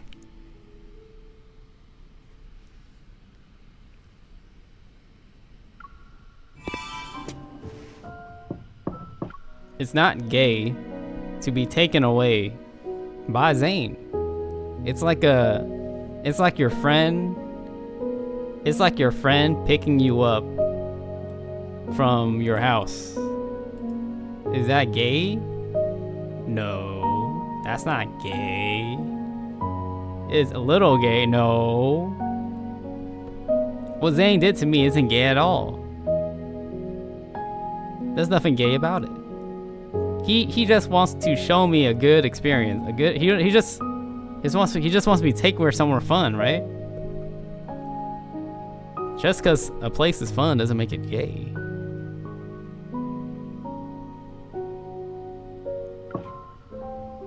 Zayne? The silence in his house is deafening. I entered through the front door, the lazy afternoon sunlight spilling onto the floor. It's so quiet. Is no one home? Pushing the ajar bedroom door, I see Zayne lying on the bed. Oh, he's asleep. He must have been using the office as a second home again. He has bags under his eyes. It's rare to see him sleeping. I should take a picture. Ka-ching! Before I can take a pic, the alarm startles me. I end up turning off the camera. Who sets an alarm at this time? Zayne rolls over on the bed. His hand slips under the pillow for a moment, then the ringing stops. Does he hate himself that much to set such... Does he hate himself that much to set such a loud alarm? Zayne's eyelashes flutter before he slowly opens his eyes. Are you awake? Zayne's gaze still carries a hint of sleepiness. He blinks at me. You. The light from the window faintly shines into the room. It's quiet to the point where I can hear his breathing. What are you doing here? You never respond to my messages, so I stopped by. Is that so? His furrowed brow relaxes a bit, and a faint smile tugs at his mouth. I must be dreaming. Dreaming? Wanting to tease him, I decide to play along. You're right. As the saying goes, daytime thoughts become nighttime dreams. It even applies to daydreams. You must really miss me if I'm showing up in your dreams. So dreams and reality aren't that much different from each other. After all, some people can't stay quiet no matter where they are. Thanks for the compliment. I clear my throat and start to ramble. That alarm nearly gave me a heart attack. Why did you set it for this time? It's not an alarm, but a reminder. For your schedule? Yes. It's to remind me that I need to leave early for an appointment. I would never guess you were planning to head out with how you were sleeping. Indeed. Well, since you're already here, I guess there's no need for me to go out. Your performance is a bit lacking, don't you think? As I tease him, I reach out to help him, but he takes my arm and pulls me forward and said, "Ah!" Don't laugh. Oh? Is there a rule that says I can't laugh while I'm dreaming? However... What's a normal... Okay. Girls have sleepovers. Boys have sleepovers too. Right? So if it's a sleepover, then it's not gay to be in the same bed. Someone certainly feels real in this dream. She's warm, has a pulse, and... Zayne gently touches my forehead, his hand slowly moving down as if to confirm something. I can feel her breath. However, something is different. And what's that? If this were reality, she wouldn't be this easy to take down. I'm not gay. His touch tickles me and I squirm a little. His eyes shine with amusement.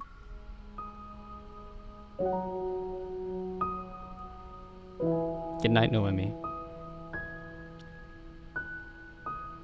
Is tickling a friend gay? No. No.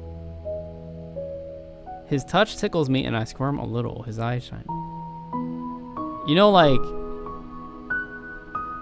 I mean, if you tickle your little brother, does that make you gay? No.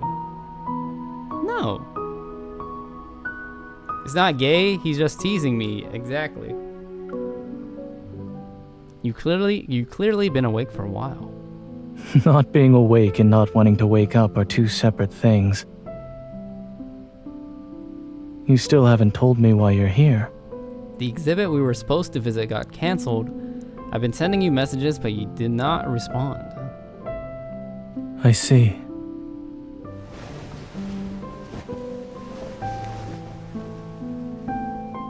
I was trying to kill some time by reading, but I haven't been sleeping well lately. I must have dozed off. By the way, that emote is new and it's free. Everyone can use it. So if you ever want to bully another streamer on Twitch for being sus, you can use that emote. Like, it's a weapon I made for you guys. Remember when you lectured me about how bad it is for my spine to read while lounging on the couch? Bet you didn't expect I'd catch you working in bed, huh? I take the book from Zayne's hand, flipping to the page with a folded corner. I gaze at the margins that are packed with notes. Abnormal opening on the interior. Anterior aortic sinus adjacent to the sinotubular junction. I can tell you were really tired. How so? Only old doctors have their handwriting turned into faded squiggles. All I can say is that working while in bed isn't exactly the epitome of productivity. Yeah, but we are bullying you right now. No, you're making me stronger. Every time chat calls me gay, I become stronger. Think about it. I'm basically gay maxing. I'm gay maxing. You understand? I am so masculine. I am so masculine that... I am so masculine.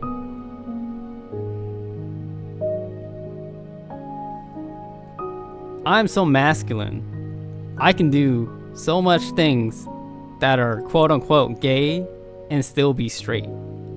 That's how masculine I am. Think about it. Other people are so scared to do things because they're gonna be called gay. But I'm not scared.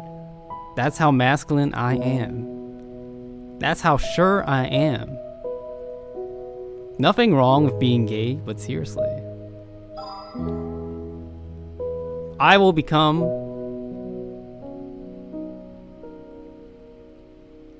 other streamers will fear me because, you know, there's so much gay stuff on my stream that if I call someone else gay, they'd be scared to be called gay. You know what I mean? Sure? Think about it. I'm gaining so much power. As a straight man not being gay. Because I'm gay maxing. I'm on the edge. You understand? Alright, let me put it this way. Whatever you want to think. I am so masculine that if I sucked a dick, it wouldn't be gay. That's how masculine I am. Think about it.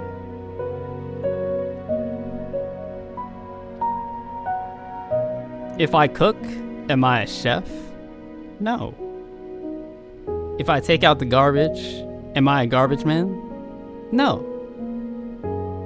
Suck a dick is not gay. You guys understand what I'm putting down? Are you picking up what I'm putting down? What else? What else? If I manage my money, am I an accountant? No. If I suck a dick, it's not gay. An old white man that played in World of Warcraft taught me that. And out of context, that sounds gay, but it's not.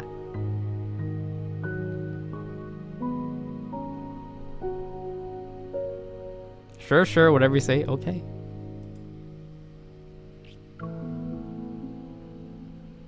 When I was a kid, I used to do my homework on the bed, and just like you, I'd often fall asleep without even realizing. But doing what you don't really want to do in a comfy place encourages you to You're get just done. making things up now. Or perhaps it's a primitive form of self-deception. Nope, it's a truth I learned from years of experience. All right. I have your proven theory memorized now. With a smile, Zayne grabs my wrist. It's time to get up. No. I playfully shake the hand he's holding on to. What's wrong? You can't bear to leave my bed? Yeah, why does Dr. Zayne get to be lazy but not me? It's not fair. You're just like a child. Don't you want to do something else now that the exhibition is cancelled? There's no rush. We can rest before heading out. You can sleep too if you want. I'll only mess up my sleep schedule. La la la. Can't hear you. Night night.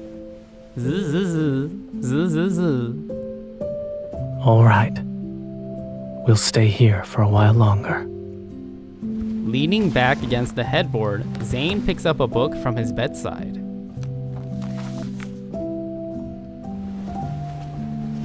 You need to stay still if you're pretending to be asleep.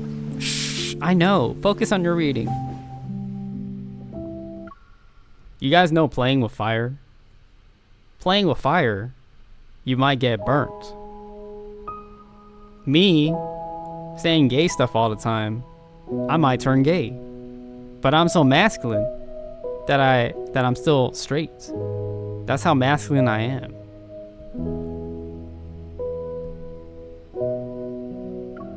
Cuddle? It's not cuddling, we're just resting together. I open one eye to glance at him. The moment Zayne looks over, I instantly close my eyes. I'm afraid that will be difficult with you here. It's a test.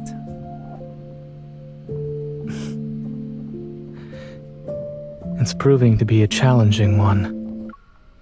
He's testing my straightness. But I am too mansplaining? No, I'm too manly.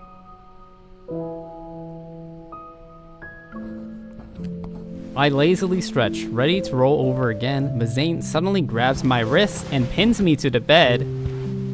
Stay. We're wrestling. Boys do this all the time. We wrestle, we grapple, we do jujitsu, martial arts, all the time. Mansplaining? No, that's when you sit on the bus or the train and you have your knees out. That's mansplaining. This is not mansplaining. This is different. Stay still. Don't move. Okay, I won't bother you while you're working, Dr. Zayne. I obediently lie down next to him and he gradually releases his grip on my arm.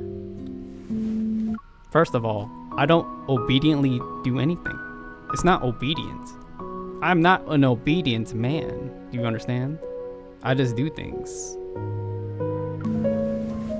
Seeing that I finally settled down, he gently taps my wrist twice, then turns the page of his book. Are you asleep?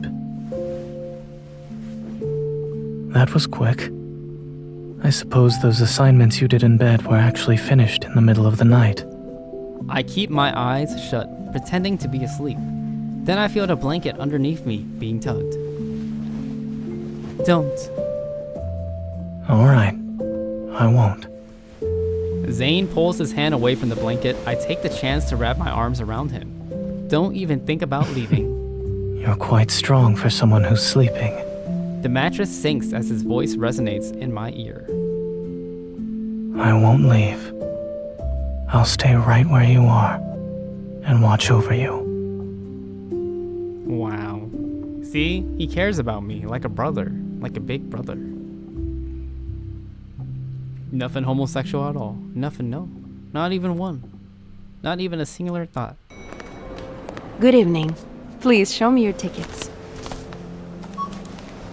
The entrance is straight ahead. Can I get an interpretive device at the museum? What? Oh. Use your own earphones and... We finished.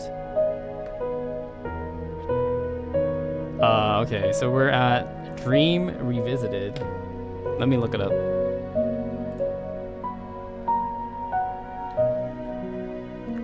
Oops.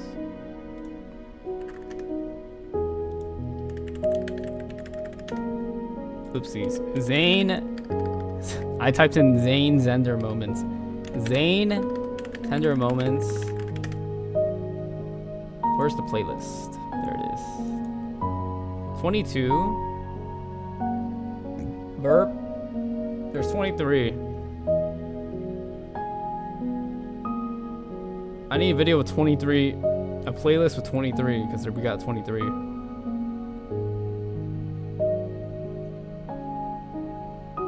Looks like none of the playlists have 23 videos, so I guess we're just gonna have to, Okay. So we're on Dream Revisited. Alright, let me pull that up.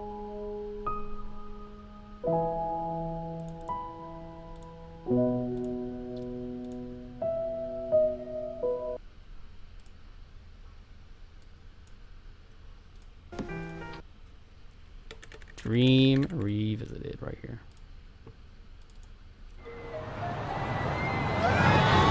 I can't read it. Why is it so skinny? Are you there? I sent you a link. Is it usually the skinny? Okay, I'll just...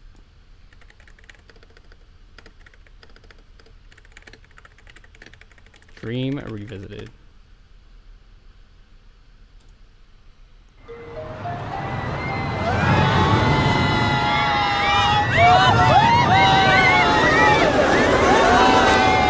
The roller coaster zooms past us, people's screams cut through the sunset's dyed sky. Do we need to get on the spinning teacups? Zayne and I are at the back of the line. He looks at the tourists engrossed in their fun. It's as if he feels he doesn't fit in. It's not too late. Are you to back out suggesting now. I run away? I might find myself locked out of my own home later. Don't say that. I would never do such a thing. I just haven't visited such a lively place in a while. You were also with me the last time I was here. I thought you didn't want to come here again. When I texted you this afternoon about going to the amusement park, you asked if I'd be with my friends. Last time, when you said you were going to an art exhibit, I said I was free over the weekend. Then you told me I misunderstood you. You had already planned to hang out with your friends. I won't make the same mistake twice. Okay, so that art exhibit was because Tara invited me along with Captain Jenna and our other colleagues. It was a while ago. I just mentioned it in passing. You're keeping track, huh? Am I? You become more like the people you spend time with, I suppose. Not far away, a group of tourists on spinning teacups let out a stream of screams, and Zayne can't help but turn his gaze toward. If you get scared, you can hold If my I do arm. that, won't I be letting you have a good laugh? It's okay for a guy to be scared of riding some cute teacups, true. It's okay. You can also squeeze my hand. How very kind of you. It's also okay to be gay, but I'm not gay. Zayne holds out his hand Likewise, to me. if you get scared, you can squeeze my hand. Soon enough, it's our turn. Zayne and I get into a teacup and fasten our seatbelts. Cheerful music plays and the teacup starts spinning faster and faster. I find myself leaning on Zayne because I'm dizzy from all spinning and I can't sit up straight. Do you need some help sitting up? These were my favorite rides as a kid. I love teacups. I can take it, I'm fine. I love this shit as a kid. But as the teacup spins in the opposite direction, I start leaning to the other side. Zayne immediately pulls me close. I think I'm starting to feel nauseous. Feeling a weightlessness makes my stomach turn. Once the ride stops, Zayne has to assist me in standing up from the teacup. Finally, it's over. The teacups were faster than before. Did they speed up? Let's rest over there. We walk to a bench. I sit down. Rest here for a bit. Take deep breaths.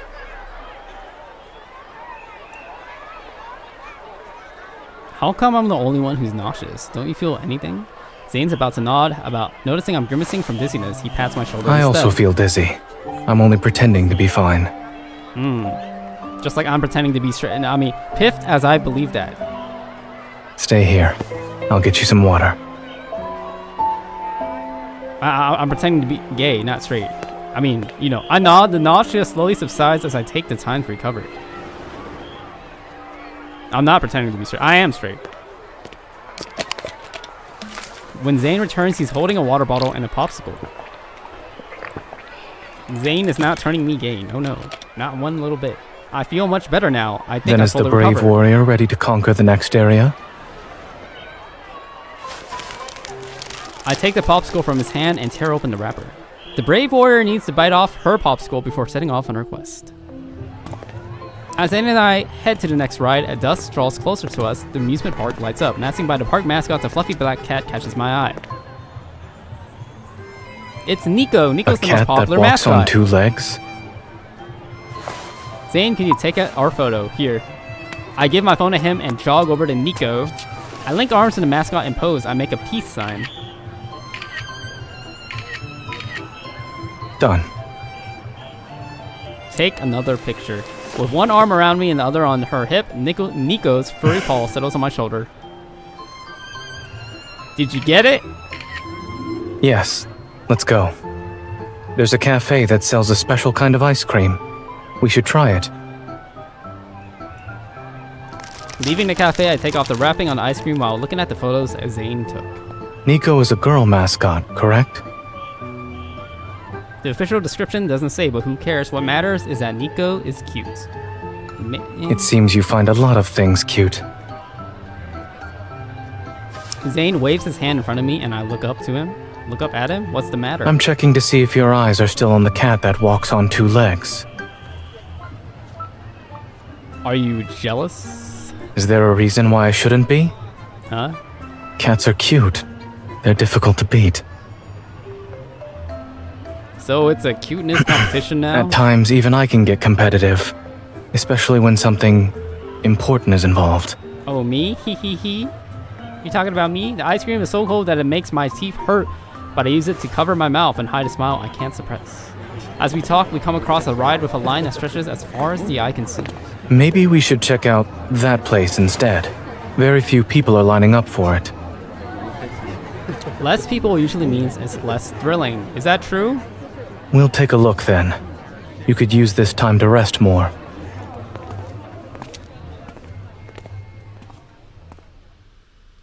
I went to Universal in Los Angeles and I bought the pass where it was it was the express pass where I could skip anything except the Super Mario part of the park. And then I was with my friends and it was a great experience, except we were like, hey, let's try the Nintendo rides. And I went to the Mario part and we stood in line for like 2 hours. And I thought to myself, never again am I not going to Universal and not buying the express pass for everything. Because, oh my God, it's like what? It's like $50 or $100 for the express pass. Why would you not get it? Why would you stand in line for 1 or 2 hours? It's too much for me. I hate waiting. I hate waiting. If I wait in line for like an hour, I'm going to go crazy because I'm not doing anything. I feel like I'm wasting my time. The place Zayne spoke of is a theater that was renovated to appear like a castle. Inside a theater which resembles a fairy tale world, a group of children sits on the floor eagerly waiting the start of the show. In even the express line, there's still people. It's just not as much. But I feel like the express, you should buy the express because it's not like you're going to Universal every day. You're going there like once every 2 or 3 years, most likely. Unless you live in Los Angeles or Japan and then you're going there, I don't know. You could go there every month, I guess. I don't think we're the target audience. Isn't it a bit too soon to jump to conclusions? We're just about ready to begin. Please, find a seat, kiddos. Did you hear that? Sit! I pull Zayne down to the floor and then holograms suddenly light up around us. A building that resembles the castle we just entered appears. Once upon a time, in a peaceful, prosperous kingdom, a griffin appeared. It brought chaos to the world. Monstrous roar resounds near my ear. The stone I'm leaning back on caves in. A griffin pops up and spews flames at me. I move back and Zayne catches me from behind, but it's all special effects. There's no real fire. Are you alright? Yeah, because of you. I mean, I nod. Zayne abruptly shifts and blocks me from seeing no children. What's the matter? You don't want kids? Curious, I crane my neck to look at what's behind him. Under the light of the holograms, kids are laughing at me. Huh? What?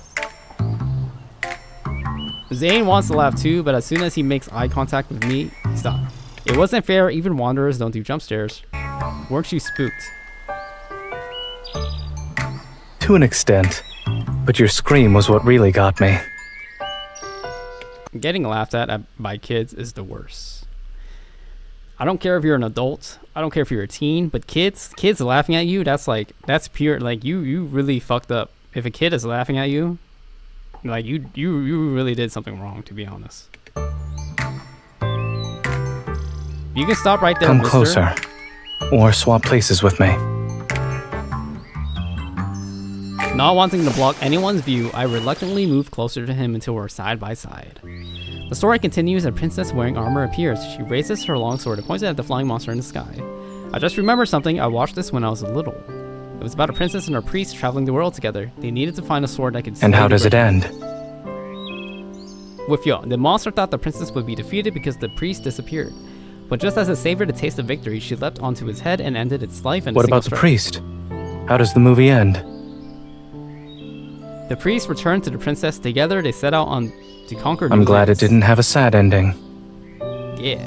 If fairy tales had sad endings, children would be crying their eyes out. Some may not cry in front of others, but sad movies can still make them tear up in secret, even if they're no longer children. Oh, someone seems to be speaking from experience. When it comes to watching sad movies, I remind myself they're not true stories. It helps. What about real life? Real life doesn't always have happy endings. However, with you here, my story won't end in tragedy. Oof. So you think any story with me becomes a comedy? Your role is the most important. Zayne turns away. As a hologram lights up again, I notice his mouth curling into a smile. You're the star of the show. Ooh. Me? Way to stroke my ego. After the movie, Zayne and I go on more rides together, Cosmic Journey, Canyon Leap, and there's a commotion when we soaking wet step out of the venue. Look up, dazzling fireworks bloom in the night sky, countless more soar in the air and burst above the amusement park. Let's sit here. We can get a better view of the fireworks. Zayne raises his head, his gaze following the fireworks. I believe I understand why everyone likes this place. It's a paradise almost, free from worry. Happiness is all that matters. Yeah. And it's okay to be a child again. Couldn't you do that out in the world? Outside? How long has it been since we became adults? Acting like a child is just asking to be ridiculed. Our bodies may age, but I think many of us wish to relive our childhood at times. We all have those small regrets from back then. Candy we never received. A compliment that never came, even though we waited for it. Childhood trauma. That's why no matter how old we get, we will always have an inner child. And some of us get Peter Pan syndrome. There's nothing wrong with indulging that side of us every once in a while. You almost make me want to try it. I hadn't acted like a kid for so long though. Hey Zayne, any tips on where to start?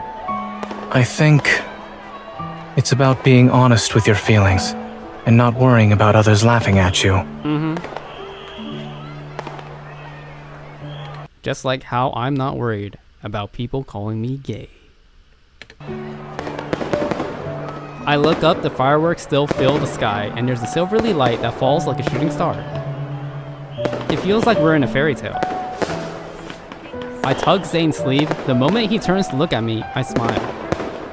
Zayne, I'm really happy right now. I'm happier than a cat napping under the sun. You're enjoying this.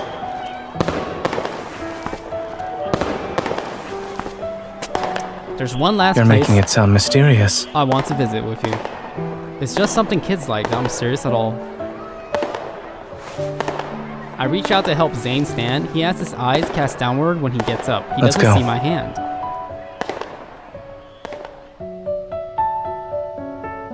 The background music is a paid actor. True.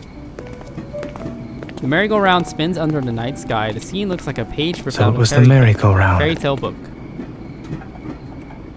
The amusement park is about to close. We're the only ones left. I get on the white horse as Zayne sits in the sky blue carriage next to me. As the merry-go-round spins, my horse gently rises along with the block. Fireworks continue to bloom in the sky. I raise my hand toward them, trying to catch bursts of lights. Can I be honest with you about something? Yeah? Why do you sound so serious? It's not serious. I just wanted to tell you. I had a great time today. Ooh. Is it really that simple? Really? Was it because of the teacups and merry-go-round? Yes. They made me feel happy in different ways.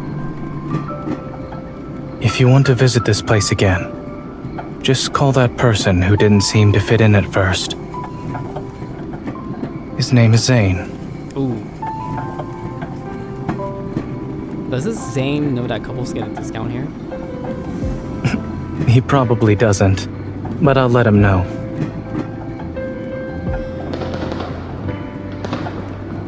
The fireworks drown out the merry-go-round's music. I suddenly recall the fairy tale movie we watched today.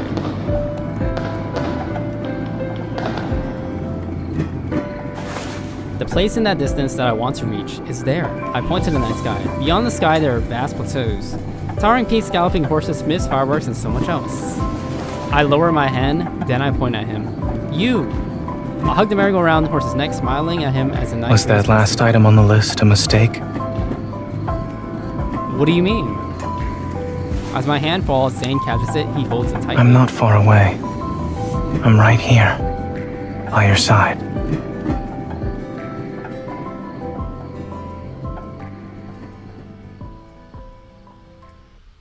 Oh my god, dude. Is it really that simple? I just say, after a date, I just tell a girl, hey, I had a really good day today. And they'll be like, why? Well, it's because you were here the entire time. And they're like, oh. Is it really that simple? I'm stealing all the lines.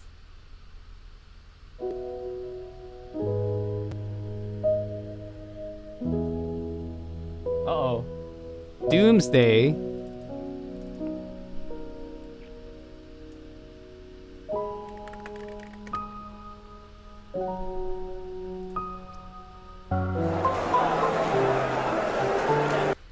Zayne and I are at the grocery store. We just finished picking out all the necessary ingredients for dinner, and now we're passing through the snack aisle. Chip seaweed crackers, huh? How did this box of chocolate cake sneak its way in?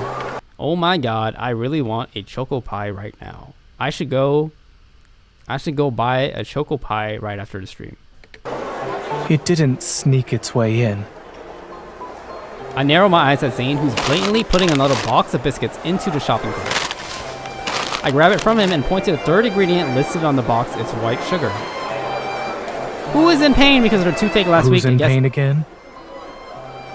Wasn't it you when you stubbed your toe on the table leg last week? What about the time your hand got caught in the door last month? What the fuck? How do you know? How do you remember these things? ... Me. It doesn't matter. You're not allowed to eat this. Zayne reluctantly puts the cake back onto the shelf. You're always making a fuss for no reason. What did you just say? Huh? You always make me feel warm and fuzzy inside. You son of a bitch. That's a good one. See? You always make me making a fuss for you hit him with the you're annoying me, and then you hit him with the no reason. And then what do you say? You always make and then you hit him with the compliment. Oh, wow. Make me feel warm and fuzzy inside. You master manipulator. So you insisted on meeting up today just so you can supervise my diet. That's not the only reason. I show him a Doomsday article from a social media account I follow on my phone. The world is ending? Stop right there, mister. I know you want to mock me for believing it, but let me explain. Let's hear it. It's probably fake news, but no one knows what will happen in the future. It could be true, and... It's possible. Really? You agree? Mm-hmm. Which means... Huh? Zayne glances at his watch, then turns to get the cake from the shelf. If a meteor hits the Earth in 3 hours, it wouldn't matter if I get a toothache or not. True.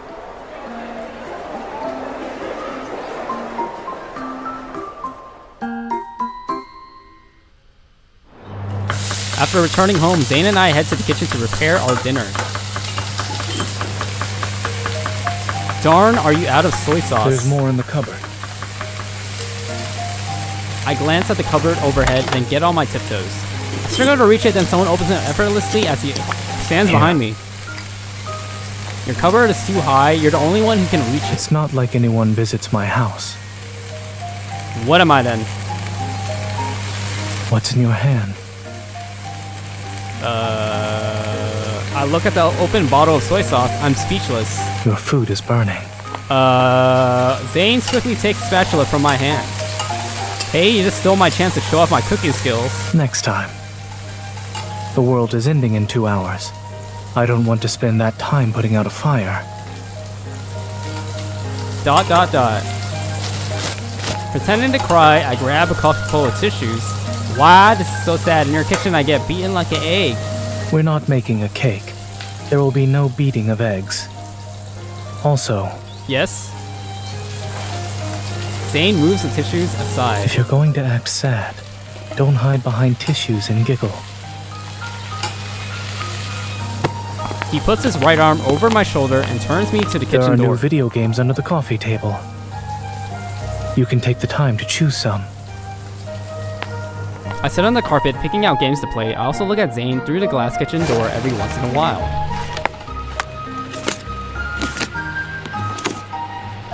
Mage Duel, the gameplay doesn't grab me, really. What about Golden Shrine Quest? You fell asleep after playing it for 3 minutes last time. Explains why I don't remember it. Oh, this one seems pretty good. I take out the game that caught my eye. How about Girl Who Saves the World? Isn't it? All right. Nice. Holding out his hand as Zayne looks Let's down eat at our me. last dinner together first. Okay, boy. Let me talk at least. Or read the message, please.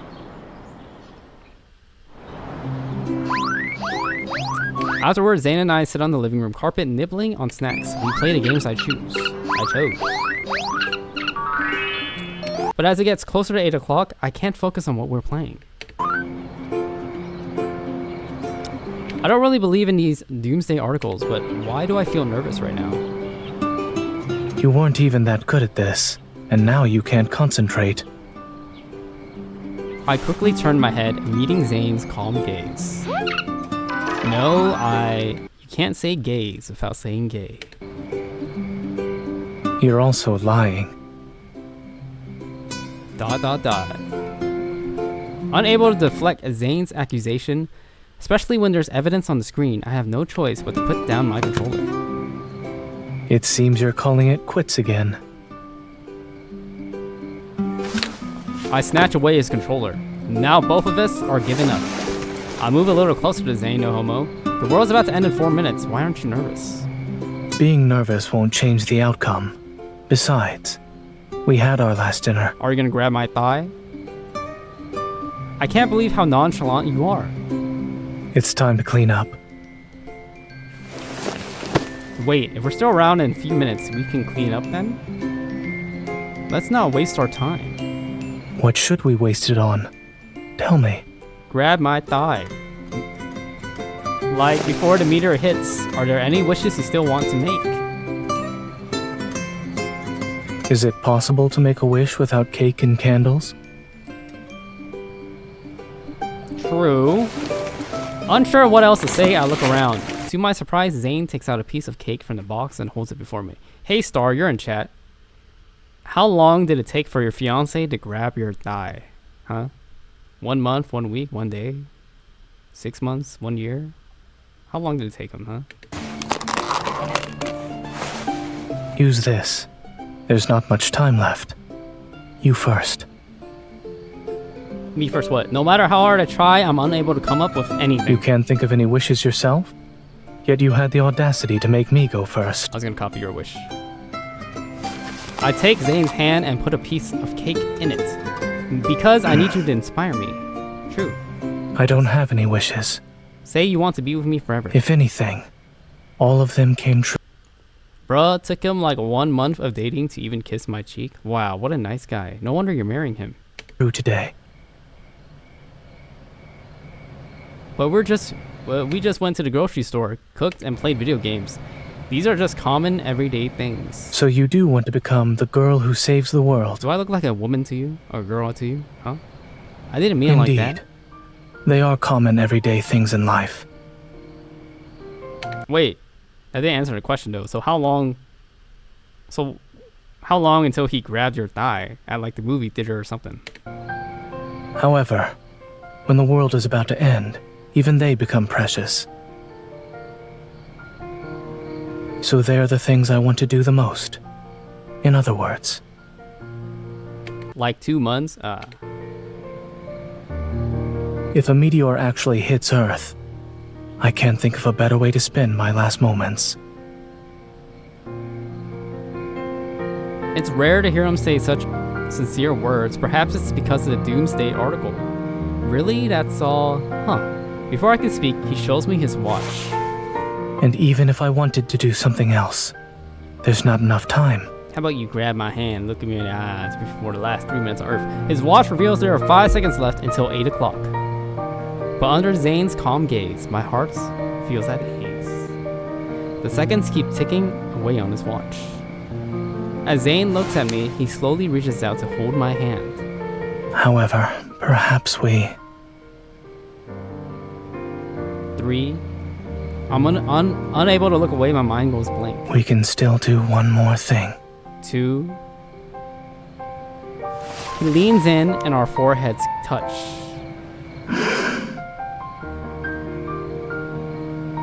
1. What?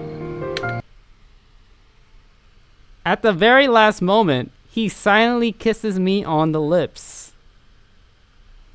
Oh my gosh. How do I get out of this one, guys? I can't even blame it on the French because it's on the lips.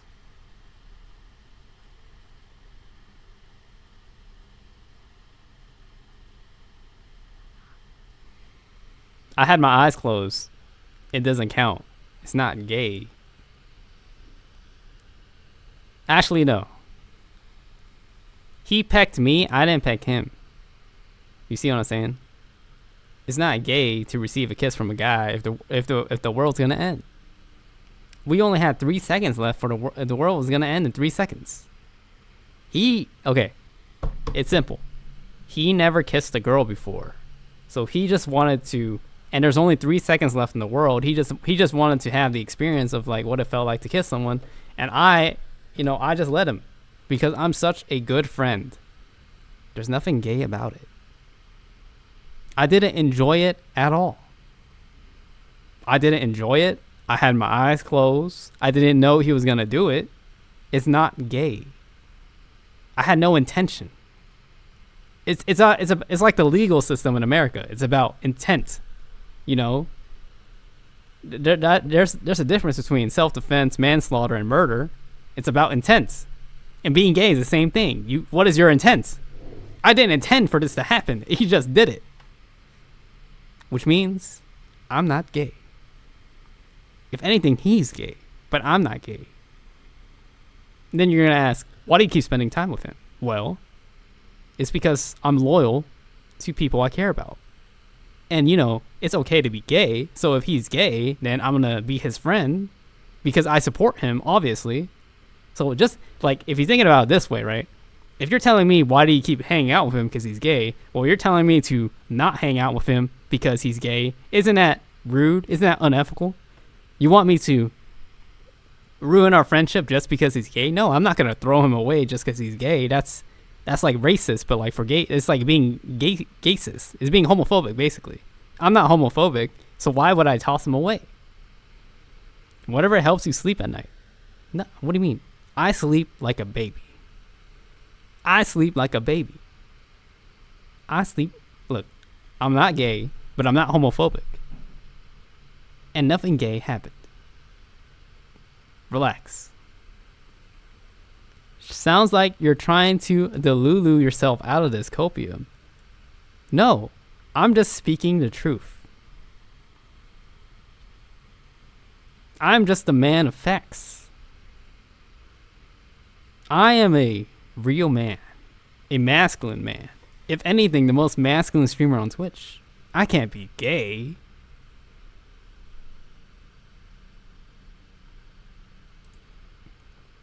It's impossible for me to be gay. I can't.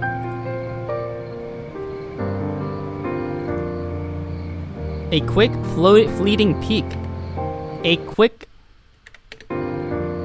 See?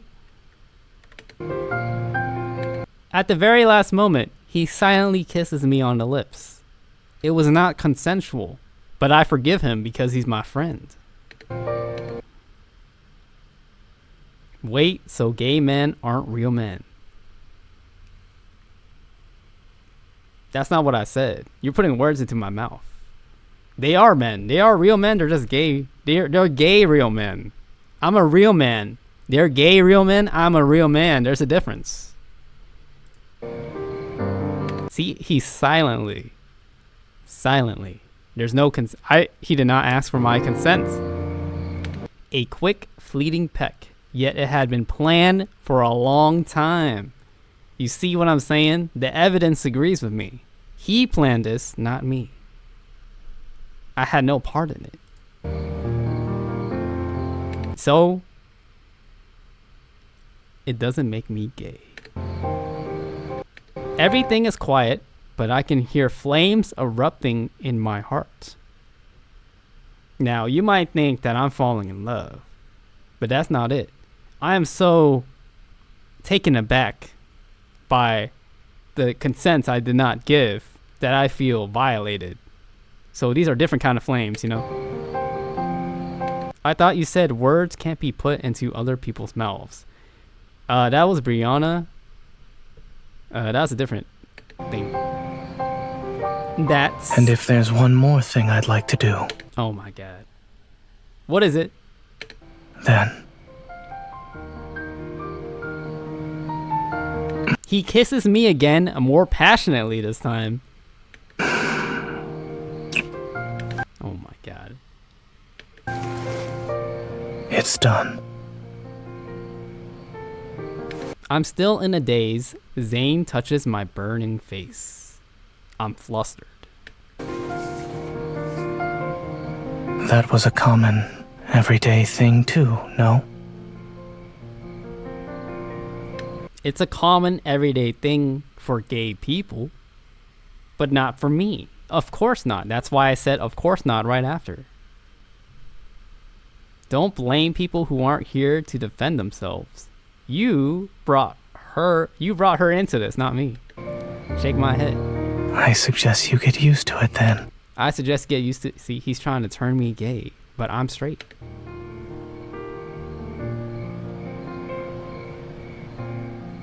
Is this memory over? Oh my god. Please. It's noon the next day. Warm sunlight shines through the windows. All is well. We waited all night, but the end of the world didn't come. We were tricked. Oh, Zayne. I'm sitting on the carpet playing with my phone. Zayne is resting his head on my thigh.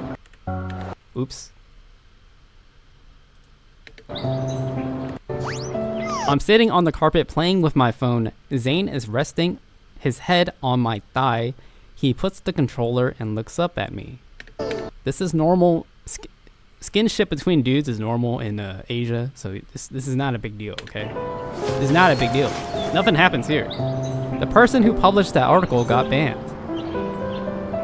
So it really, oh yeah, that's right. It's not gay, it's skinship. That's right. It's normal in some places of the world. So really, what's fake news? The world isn't gonna end Maybe today. it's because someone stayed up until 3 in the morning to save the world. I wasn't the only one. You were really into it too. Wait, are they insinuating? Are they implying? I watched a few pieces of chocolate cake left on the side of his leg. Since a meteor won't be hitting Earth, then I take them away. The toothache still matters. I suppose that means we also have more important things to do. Zayne gently pulls me down and kisses my forehead. I'm not gonna say anything about this. I pretend to be unfazed and turn my face away. I liked it when you didn't speak. We've only just started getting used to a new, common, everyday thing. Oh my god, thank god it's over. Oh my god, dude, oh my god. I'm so happy. You know what a great stream. I had a great day, you know. I had a great stream today. I started a bit hour late, but you know, I gotta go. You know, maybe it's not that I'm like overly excited or anything. Maybe I'm getting suspicious about nothing. Why don't you just say you're what? I don't know what that word means. I'm straight. Is that all that is? I need relog. Hold on. No. Why don't you just say you're bisexual? Why don't you just say I'm straight? Huh? Huh? Sure? What are you guys talking about? Exactly. Kalvin Winters, he said the right thing. Why don't you just say I'm straight, huh? Question mark. Thank you for defending me in chat. Jesus. You guys are crazy. You guys are out of your noodle. What is that? Because you do sus things? I don't do anything suspicious or criminal like at all.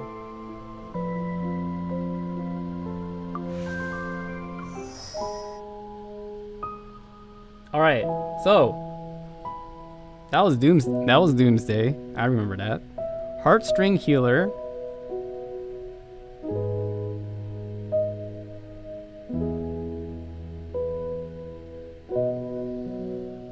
He's not gonna survive Secret Times chat.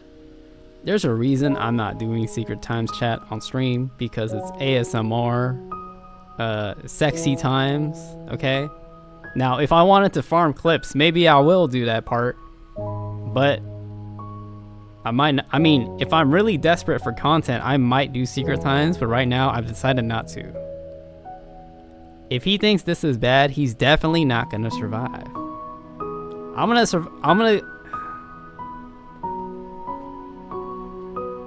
Engagement goes strong. No. Okay, look, listen. I have a limit to how much gay stuff I can see every day. You know what I said earlier when I said I'm gay maxing? Play with fire, you might get burnt. You see so much gay stuff all day, you might turn gay. I'm on the edge of gay maxing. I am straight. It doesn't matter how much gay stuff I see. I'm gonna be straight. Straight up, pun intended.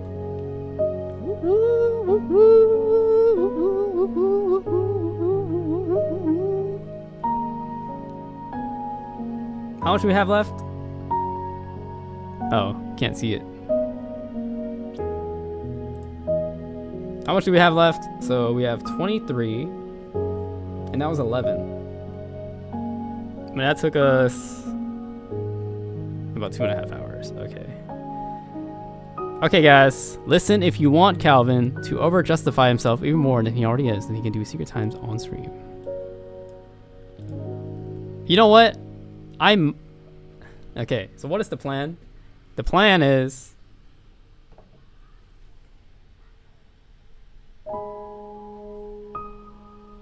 Oh. Where is it? I had the list. Where's in the list?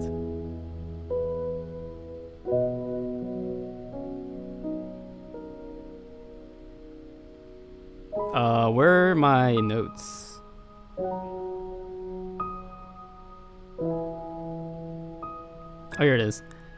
We did Spacepedia, that's done. We finished Anecdotes. Now we're doing all the tender moments. And then we're gonna do the myths, bonds, and memorias. And maybe I'll do Secret Times last.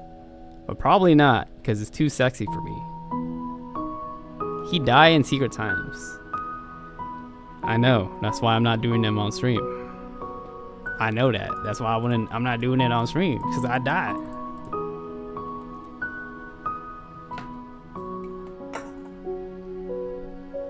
Alright. Short stream today. Thank you for watching. I'll be on tomorrow, and we'll finish all of Zayne's tomorrow. Yeah. I had too much of a heterosexual emergency today. My cortisol levels are not okay right now, but yeah. Short stream today. I'll see you tomorrow.